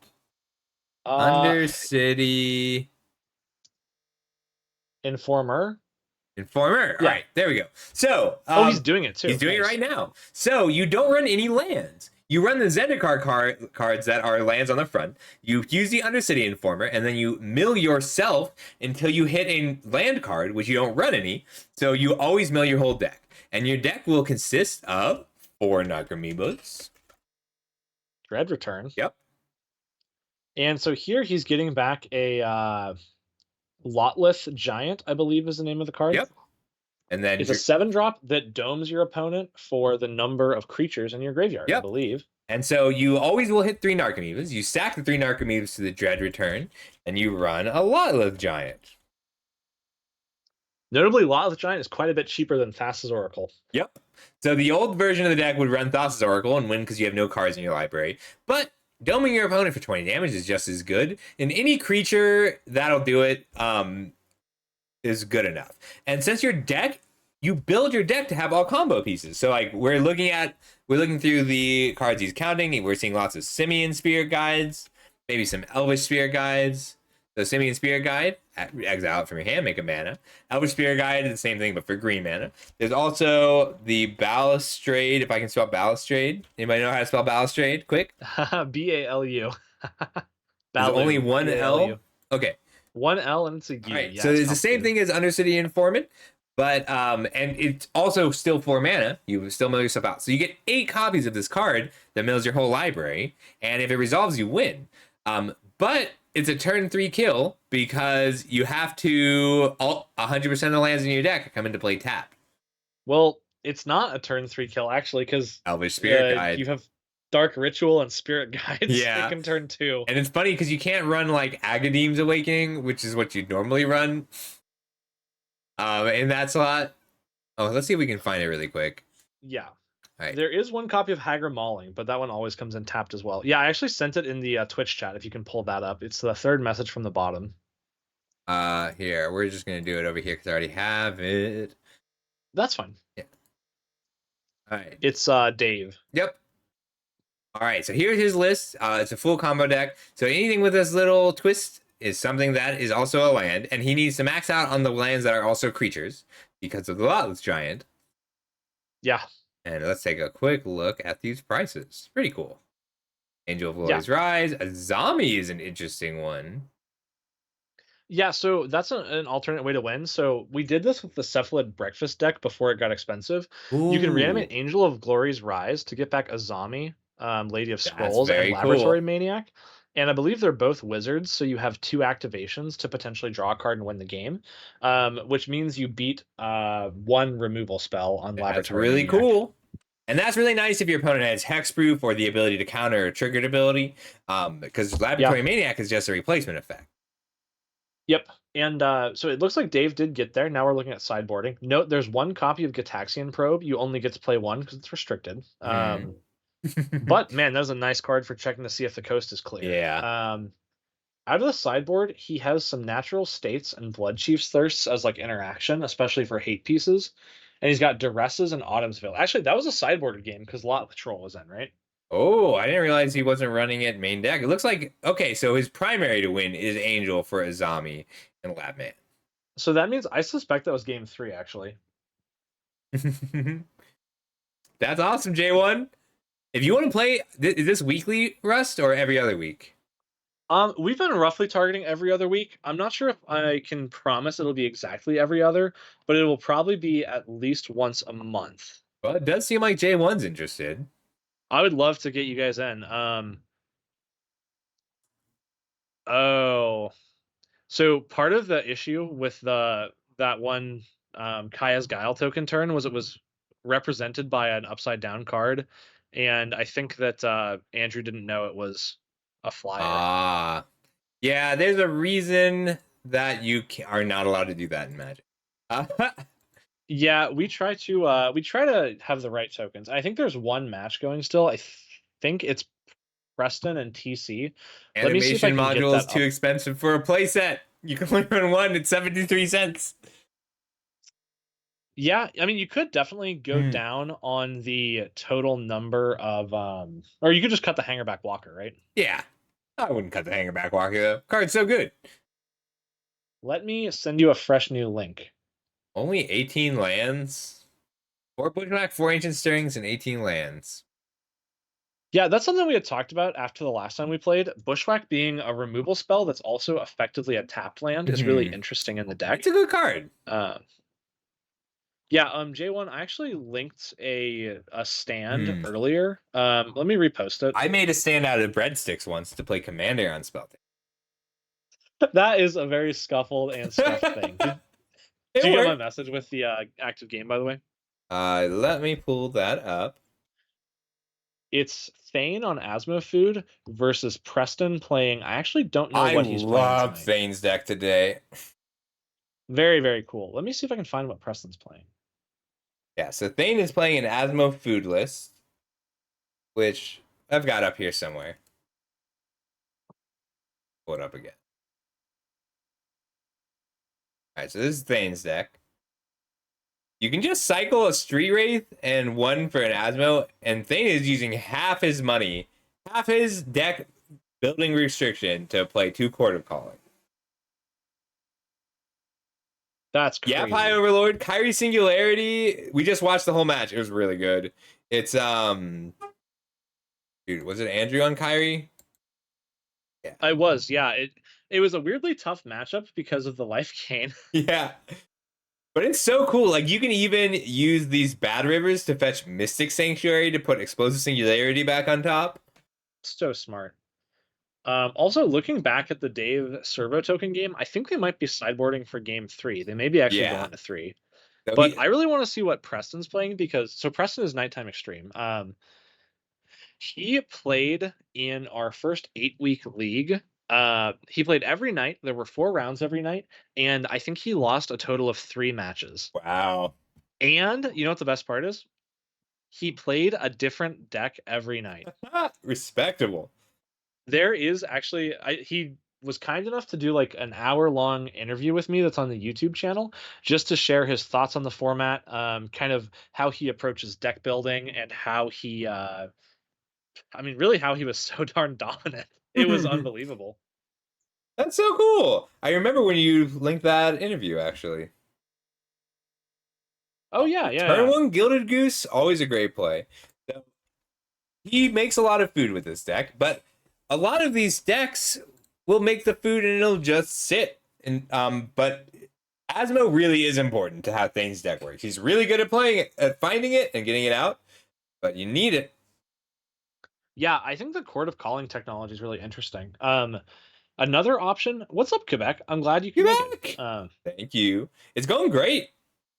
Yeah, we're wrapping up round 2 now, so we've got a little bit left to go, but it's been awesome.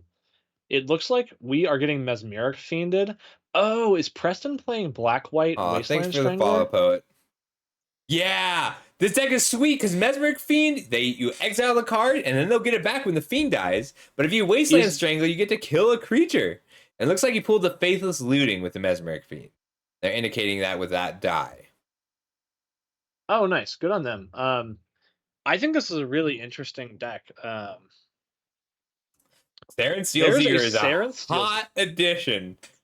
This card is a machine. It looks innocuous, but it is not innocuous. Yep, so he's sacking a food, playing a goose, making a food, and triggering that Steelseeker, and drawing a card. All right, he has drawn a card with Steelseeker. It has now replaced itself.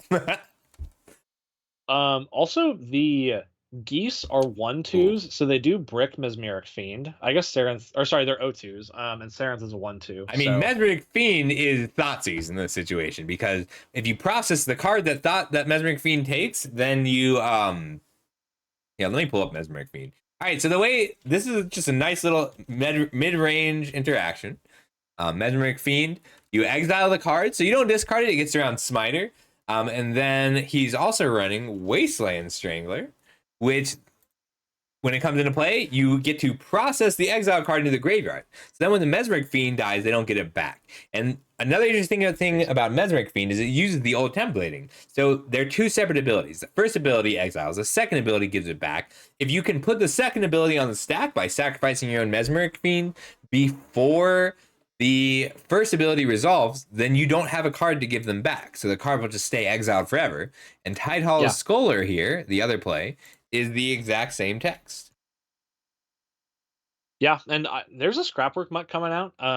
Love the Mutt here. I love this card. That card overperforms always. And it's so interesting. Like, this is one of the decks. This red-green food deck is very, very close to the modern version. It's basically... It's really close.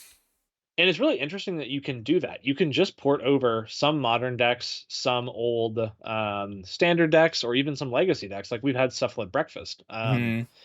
So this format's a really cool confluence of every other format, it feels. I missed the Petalil. There was a Petalil here in the Pokemon game, and I missed it. Oh, womp womp. So he just pitched a Feasting Troll King to a Scrapwork Mutt and drew a land. So Scrapwork Mutt drew 2 cards on this 2/1 body. Crazy. But there is an Asmo missing to this Tidehall Scholar. So he needs to kill the Sculler before Yeah. he can play the Asmo and get his engine rolling. Yeah, and if Preston has the ability to process something and start taking down those empty-handed is what Thane is indicating there, Mhm. which is good for us. So I think it is time to process, is my guess.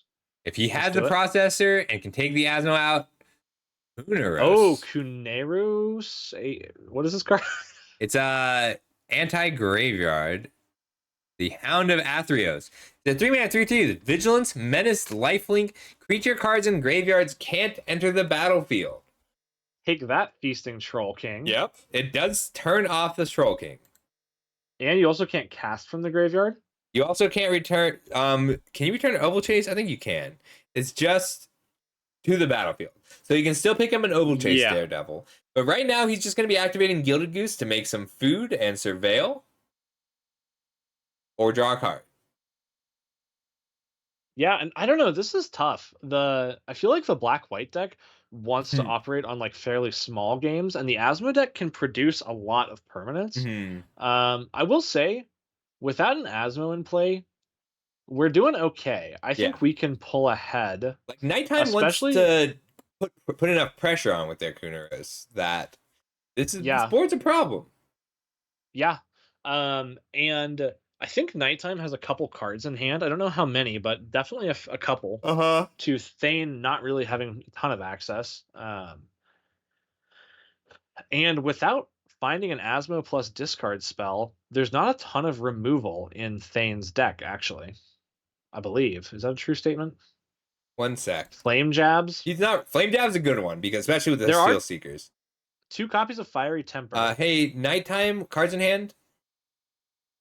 How many cards are in your hand?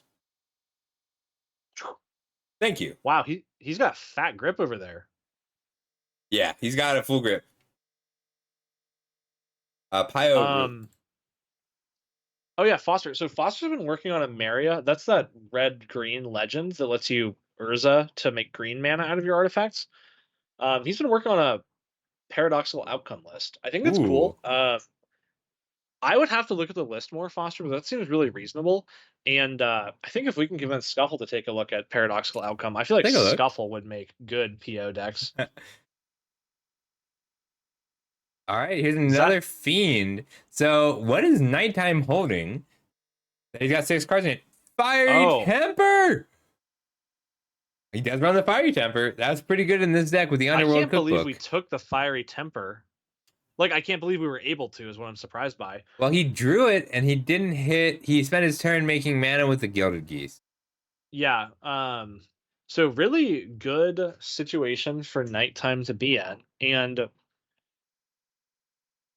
now, or is it being...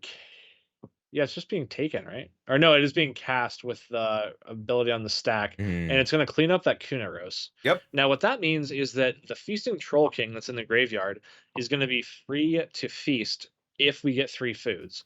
It is interesting. Notably, he took the feast over his own, taking his Asmo back. Oh, that's interesting. Yeah, an Asmo plus Gilded Goose right now would be removal spell per turn. So, it looks like if he Sarenth got swords. So he did that in response to his Mesmeric Fiend, though. So if he takes the Asmo back, then the new Mesmeric Fiend just takes the Asmo. That's a really good point. That's awesome, Pi. Yeah, and I love this format because there are pretty crazy combo decks. Like we saw, Dredge is sort of a combo deck, and Oops All Spells definitely is. But this is just a mid-range slugfest. Yeah. Oh, I saw it. I think that means Nighttime may have seen it too. But what was it? I missed it. It's a Flame Jab, which is just devastating because it takes out both Mesmeric Fiends and eventually the Scholar too. And he is... Yeah, especially because Sarenth feeds that, right? Right. To a turn. He Swords of Plowshare... Would you ever put Worm Harvest in your Sarenth Steel Seeker deck? I would. I love Worm Harvest, though. I don't know. It's 5 mana. That's a lot. Maybe not. It's pretty bad. I'd probably run Nod of the Bone. Oh, that's cool. I wish that Worm Harvest were on Arena so we could cut... Spider spawning. Yeah, Spider Spawn is a little too much in the current I'm pretty iteration of the happy with cube. Rot Widow pack in that slot now. Agreed. Yeah. We have a date for our next tournament, It's right? a week from Saturday, June 3rd. Yeah, it's actually on my calendar. Hmm. Believe it or not. Yeah. So anyone who doesn't know, which you guys probably do, but Scuffle and I run Arena Cube Peasant Drafts tournaments. Hmm. Dude, I'll be right back. I'm out of water if you want to take over from here. Yeah, for sure. It looks like we found an Oval Chase Daredevil, but it's getting taken by another Thank you, Pi. Mesmeric Fiend effect. Um, it's really interesting. We have a lot of Mesmeric Fiends in play, but it's not clear that we're winning. We being Nighttime Extreme, you know? Checking out the graveyard. And we're Cling to Dusting something. Now, Cling to Dust is a card that I like a lot. I believe that just gobbled up the Troll King, but I missed it, I will be honest. Cling to Dust is a really powerful card. It's a 1-mana cantrip that also is graveyard interaction.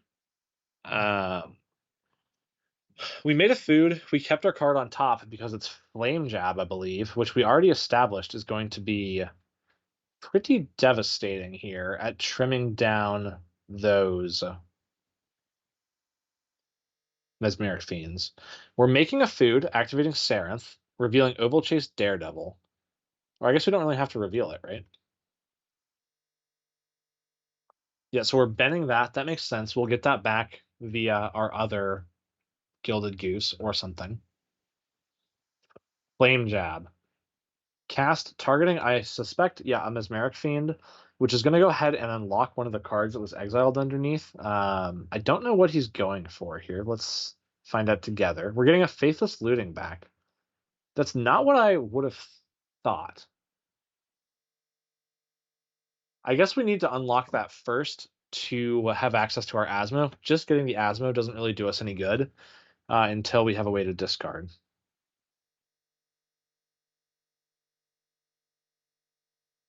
Oh, wow. This is not related to Magic, so I'm sorry you guys have to hear this. But one of my coworkers today was talking about how there was a hawk with an injured wing in his backyard, and we were discussing finding a raptor sanctuary to take it in because there is a raptor sanctuary nearby. And he managed to get the hawk to climb into a cardboard box so that he can take it to the raptor sanctuary. So uh, that's what's going on in my personal life. But back to the game. Graveyard pretty stacked. There's an Overall Chase Daredevil, a Feasting Troll King, which we could rebuy at sorcery speed, and it looks like we are. Now, guys, remember, Feast and Troll King, it's a 7/6 Vigilance Trample. It's actually up on screen, so you don't need me to tell you this. It makes food when you cast it and it enters the battlefield, or if you don't cast it, it doesn't make food, but you can return it from your graveyard by sacrificing those food. Um, I gotta say, this game feels like it's slipping out of grasp. Preston's been stuck on 3 lands for a little while, and I think it's affected his ability to do things. Um, we do resolve a White Plume initiative, and we take the White Plume Adventurer, and we take the initiative, but kind of a double-edged sword. I think we had to make a land drop there. Now, if you're Preston, best case scenario is that you have a Swords to Plowshares right now. If Preston has a Swords to Plowshares for that Feasting Troll King, then there's actually not that much pressure coming across from Thane the Pain. If you remove the 7/6, there's a 1/2, a 2/1, and 2/0/2s. So with the initiative being introduced, if what did I miss? Oh yeah, he's firing off the sword's main phase. Um, Preston's not waiting around. He is simply doing it, getting that Feasting Troll King out of here. And now I think Preston's actually in a pretty good position. We surveil a Street Wraith to the Ben. Draw for turn. We saw it. That means that Nighttime might have as well, but it's a game trail. Which could be discarded to Flame Jab, I believe. Make a food. Trigger Sarenth. Let's check it out. Grab a force. That's another Flame Jab. Now we have 2 Flame Jabs up. We could use that to clear a Tidehollow Sculler. We could attack with our Scrapwork Mutt, and then post-combat we could do some Flame Jabbing, because Flame Jabbing is a sorcery, so we'll have to wait on that. We are triggering an Oval Chase. It's coming back thanks to a food token entering.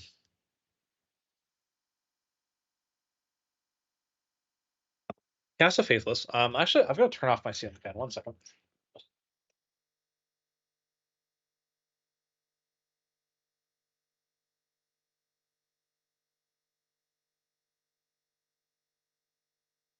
All right, Faithless Looting is resolving. We've drawn 2, and now it looks like we're discarding 2, unless I missed it because I was up for a second.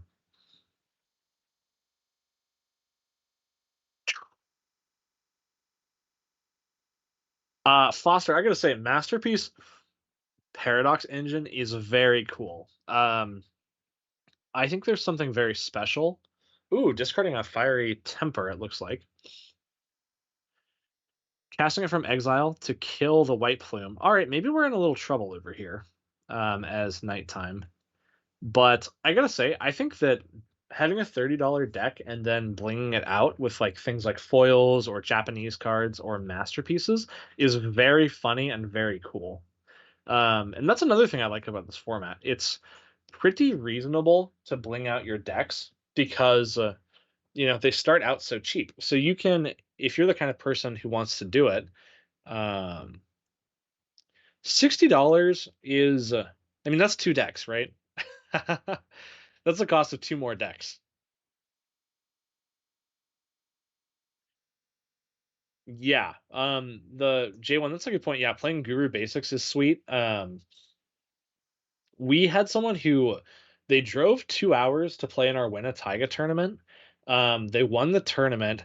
They got the Taiga, and the whole time they were playing, I think they were playing APAC Basic Mountains. Is that the right term? APAC? It was like $1,000 Basic Mountain mana base.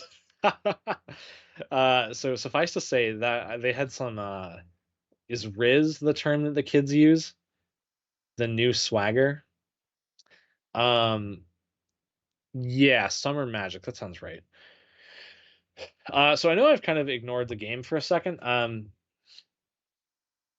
Nice, Riz is the new swagger confirmed. It looks like Thane has been able to unlock his hand. He's got Hey, I'm Oval Chase back. Daredevil. Sorry about that. Welcome back. It looks like this game is awesome. What's been going on here? It's good. Thane has managed to, I think, disassemble most of what Preston was up to. We found a Fiery Temper and Madnessed it. Okay. And we also got some lands for Flame Jabbing. And I think that the house of cards that Preston was able to assemble is now kind of falling apart. I think that this Asmo deck is beginning to enough get value. And I think Preston did a really good job keeping him off it for a while, but I think Preston was stuck on 3 lands, right? We saw 5 cards in hand earlier, and I think it was just tough from a tempo perspective. I love that you can raise dead with the cookbook in a pinch. That mode is such a secret. I forget about that all the time. I mean, 4 mana raise dead, not ideal, but sometimes you just need to get the Asmo back. Like if your Asmo dies, you can pick up an Asmo and then search up a new cookbook. So like it is self-perpetuating. Yeah, I think it's definitely not plan A, but I think it comes up, right? Mm-hmm. It can also buy back like a Sarenth Steelseeker. I could see that being the right play occasionally. I'm surprised this deck isn't running more cards like Secluded Step or Tranquil Thicket. That's interesting. Tell me about that. Well, so Tranquil Thicket, to get value off the Sarenth? No, just to. I mean, yeah. Actually, I didn't even thought of that. But Tranquil Thicket lets you turn to cast an Asmo. Like you can cycle it and then cast Asmo. That's a good point. I was talking to my roommate Andrew about playing a 3-color Asmo deck that used Arkham's Astrolabe, Snowlands, and Ash Barrens. Because Ash Barrens would fix mana, find Snow Basics, I like that. Astrolabe, and also cycle solid.